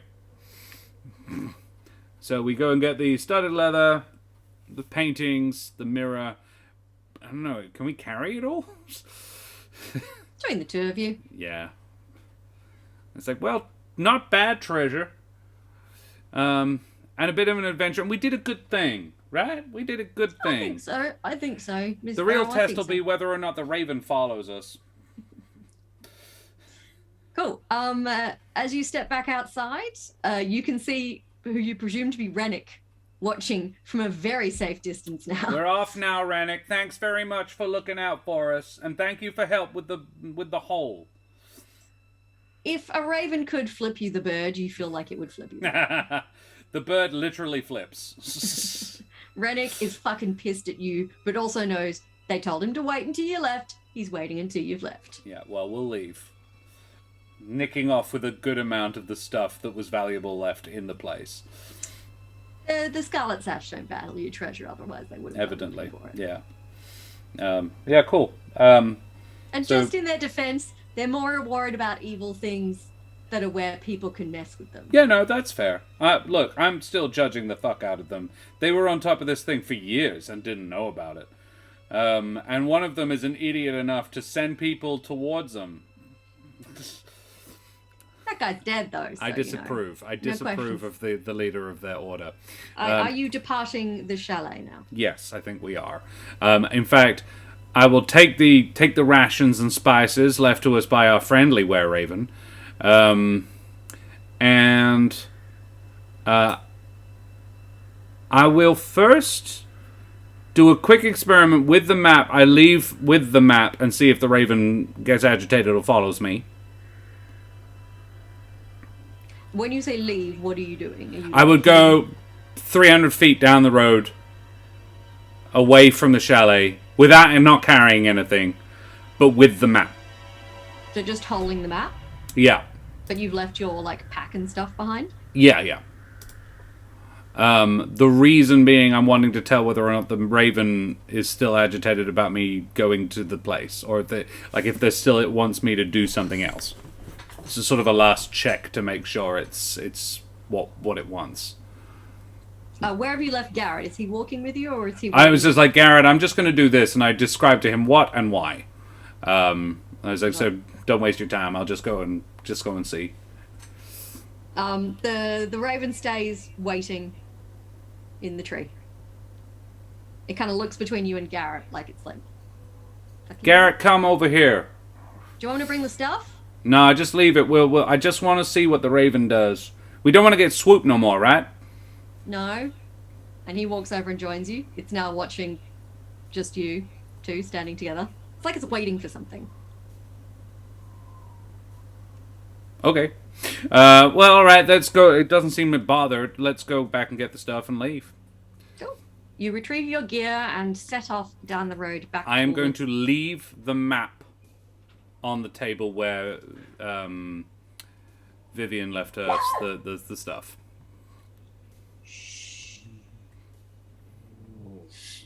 There's a dog on my lap for anyone Siri. who's confused. Yes. Karen's nethers are angry. Yeah, my crotch is growling. I'm sorry. She's just that hungry. I leave the map there because I'm like, I don't want the map out in the world to bother them again. Yeah.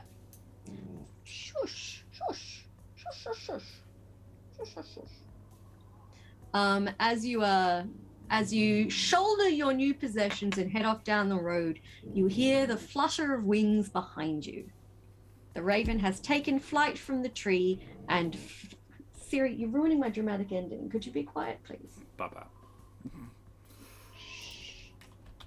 Okay. The Raven takes wing and flies towards Chateau Brantifax, and if you pause to watch, I would. You will see it spiral up until it reaches the window of the nursery, at which point it will enter and disappear from view. Ah, it was waiting for the soul that could leave. Oh, good. There we go. 3 for 3. High five. Garret accepts the high five. He's like, we're not going to go back in, though. No, we're not. We don't need to now. Oh, okay. Cool. We have resolved a whole bunch of problems, and I left the map there so no one else will find their way to the secret Raven cult. They'll probably appreciate that. They probably will appreciate that. I mean, Rennick will never forgive me, and that's okay, because he was being an asshole. And he was very useful. You charm him, to be better, Rennick. You charmed him. Yeah, and to be fair to me, they should have just been straight with us from the get-go. It's like, hey, we're a cult of were-ravens who destroy evil artifacts. Could you go, please? Yeah, I might have been far more inclined if they'd been upfront with me, although I did find 3 problems with their building. Anyway, we've got our treasure, the spirits are at rest, the scarecrow is not terrifying anymore.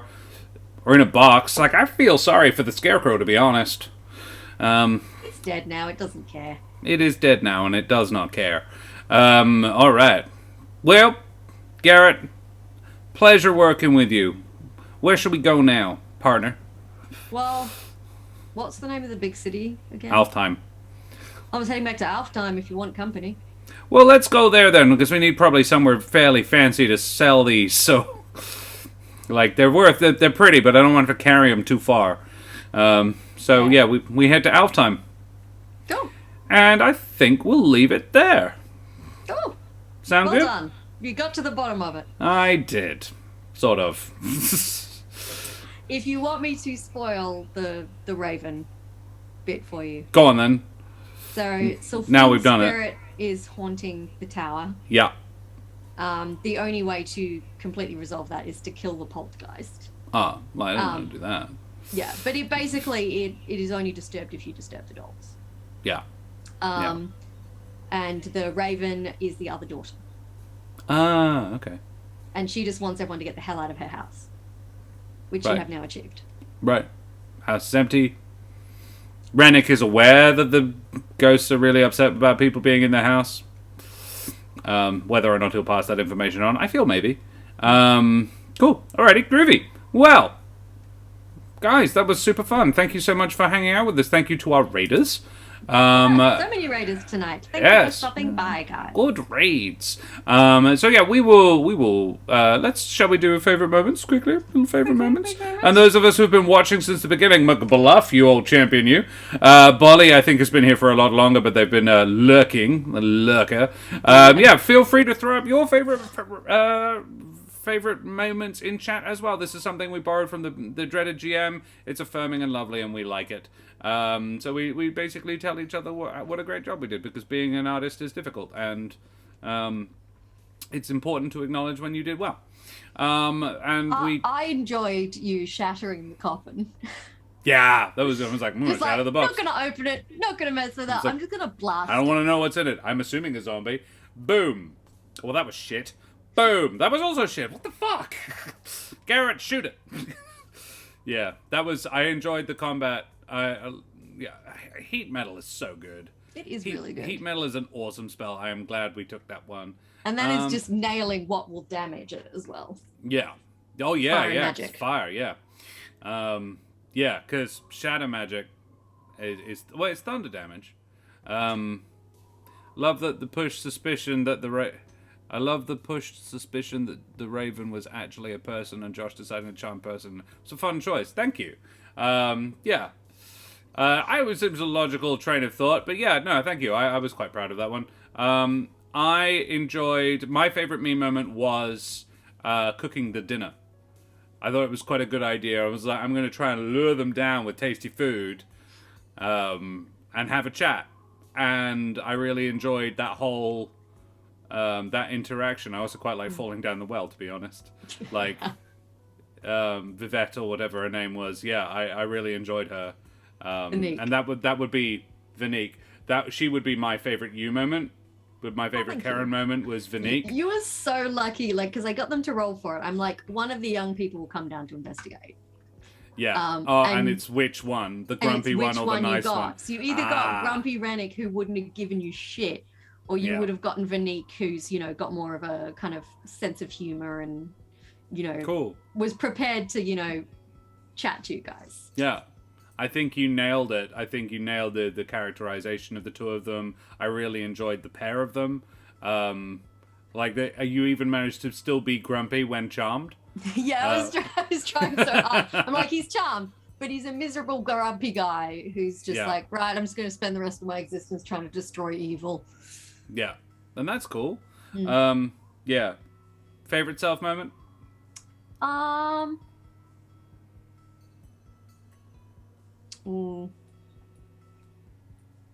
have another one for you, actually. The way you dealt with the poltergeist. The way you let me work through that. Because I didn't want to kill it. Yeah, I also wasn't confident I could, because I was almost out of damaging spells. Like, I don't have damage spells at level 1. I think, I have Healing Word and Hunter's Mark. By the way, all those wisdom checks I was getting you to roll while you were talking to them by the well, that was to see if you remembered you had her journal and could read it. Yeah. And then eventually just did it on your own.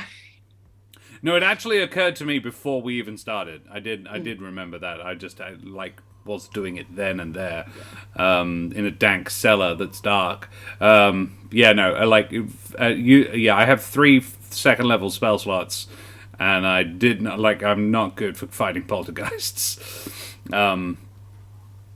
It would have been literally harsh language. But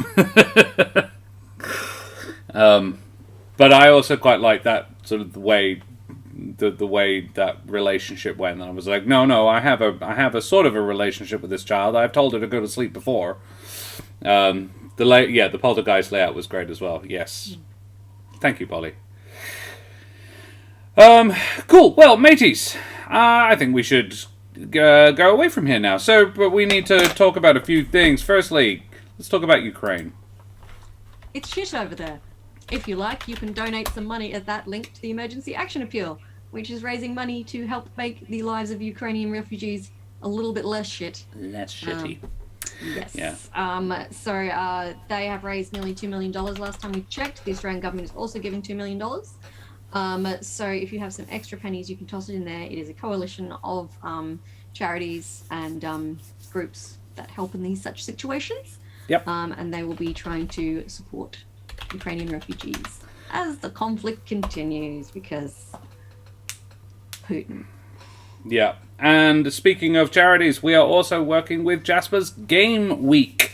I will be DMing over at Jasper's Game Week, as will Castellan, actually. Fun story. And as will Matt from Split the Party, and Dreaded GM, and Dead Aussie Gamer, who is with us in chat as well, and AJ Winters. We will all be doing DM spots over there, and you can buy seats at the table through that link there if you fancy coming and playing with one of us. Dag, Dread, and I are all still very reasonably priced. AJ is quite expensive. Kel's surprise, she's prettier than the rest of us. And Dag and I aren't going to be on the same stream because otherwise, too much sexual tension there. You'd blow a hole in the internet. We don't want that. Yeah, we want people feeling good about themselves, not going like, oh my god, I'm not as attractive as either of those men. Look at the tension, look at it. So yeah, you could come and hang out with us there. It would be awesome. And even if you don't have any money to chuck towards us, please come and hang out with us on Ardent Roleplay anyway. That's where the stream will be happening. This is the Australian edition of Jasper's Game Week. They have an American one, and they were like, no, the Aussies love doing it so much, they can have their own one. The American one is going to be on the D&D Beyond official channel, but we're having ours over on Ardent Roleplay because that's more appropriate. Karen, who the heck are you? I am Karen, sometimes known as the Mother of Bunnies. I am a performer, a writer. You can follow me on Twitter at Mother O Bunnies, where I'll probably be tweeting too much about the Australian election, which is happening right now. It is a fucking shit show, so that's entertaining. Otherwise, it's bunny pics and D&D memes. Good times. You can follow my sassy burlesque alter ego, Miss Lolamore, over on Instagram. Or you can listen to my dulcet tones on the D&D podcast, There Be Dragons, found where all good and mediocre podcasts can be found, because we don't discriminate. So we'll share the space with the lower than average. Too. But we maintain a very high standard. I'm not a Karen Blackrose, I'm a Karen. It's Keren. I am one vowel away from being a Karen, and I am painfully aware of that fact. Yeah. So I try to be nice to people, mostly. Yeah, no, it is a Hebrew name. Both of us have Hebrew names, actually. Despite neither of us being Jewish. Yeah, Karen's part German. And I be Josh the Pirate, Madame et Monsieur, Dame under Herren, and beings of indeterminate gender and persuasion.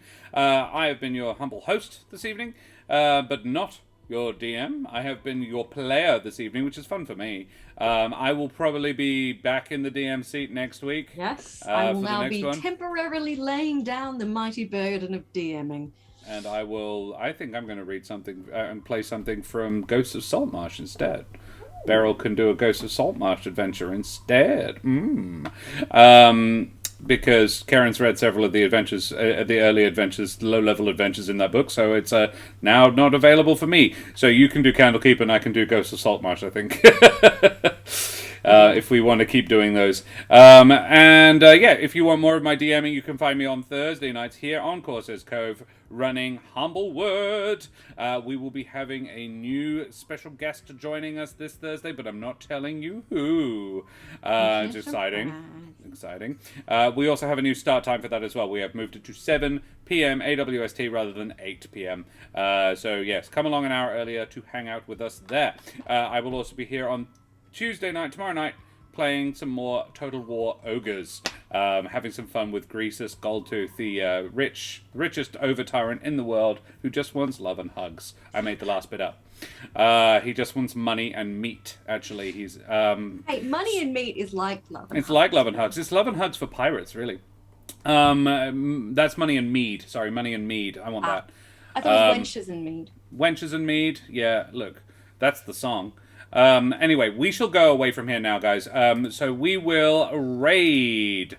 Agent number 1 is online. Agent number 1 is him. Yes, that was my intention. No one we know is playing D&D, but Agent number 1, who plays Total Warhammer, is just chatting by the looks of it. No idea what he's doing.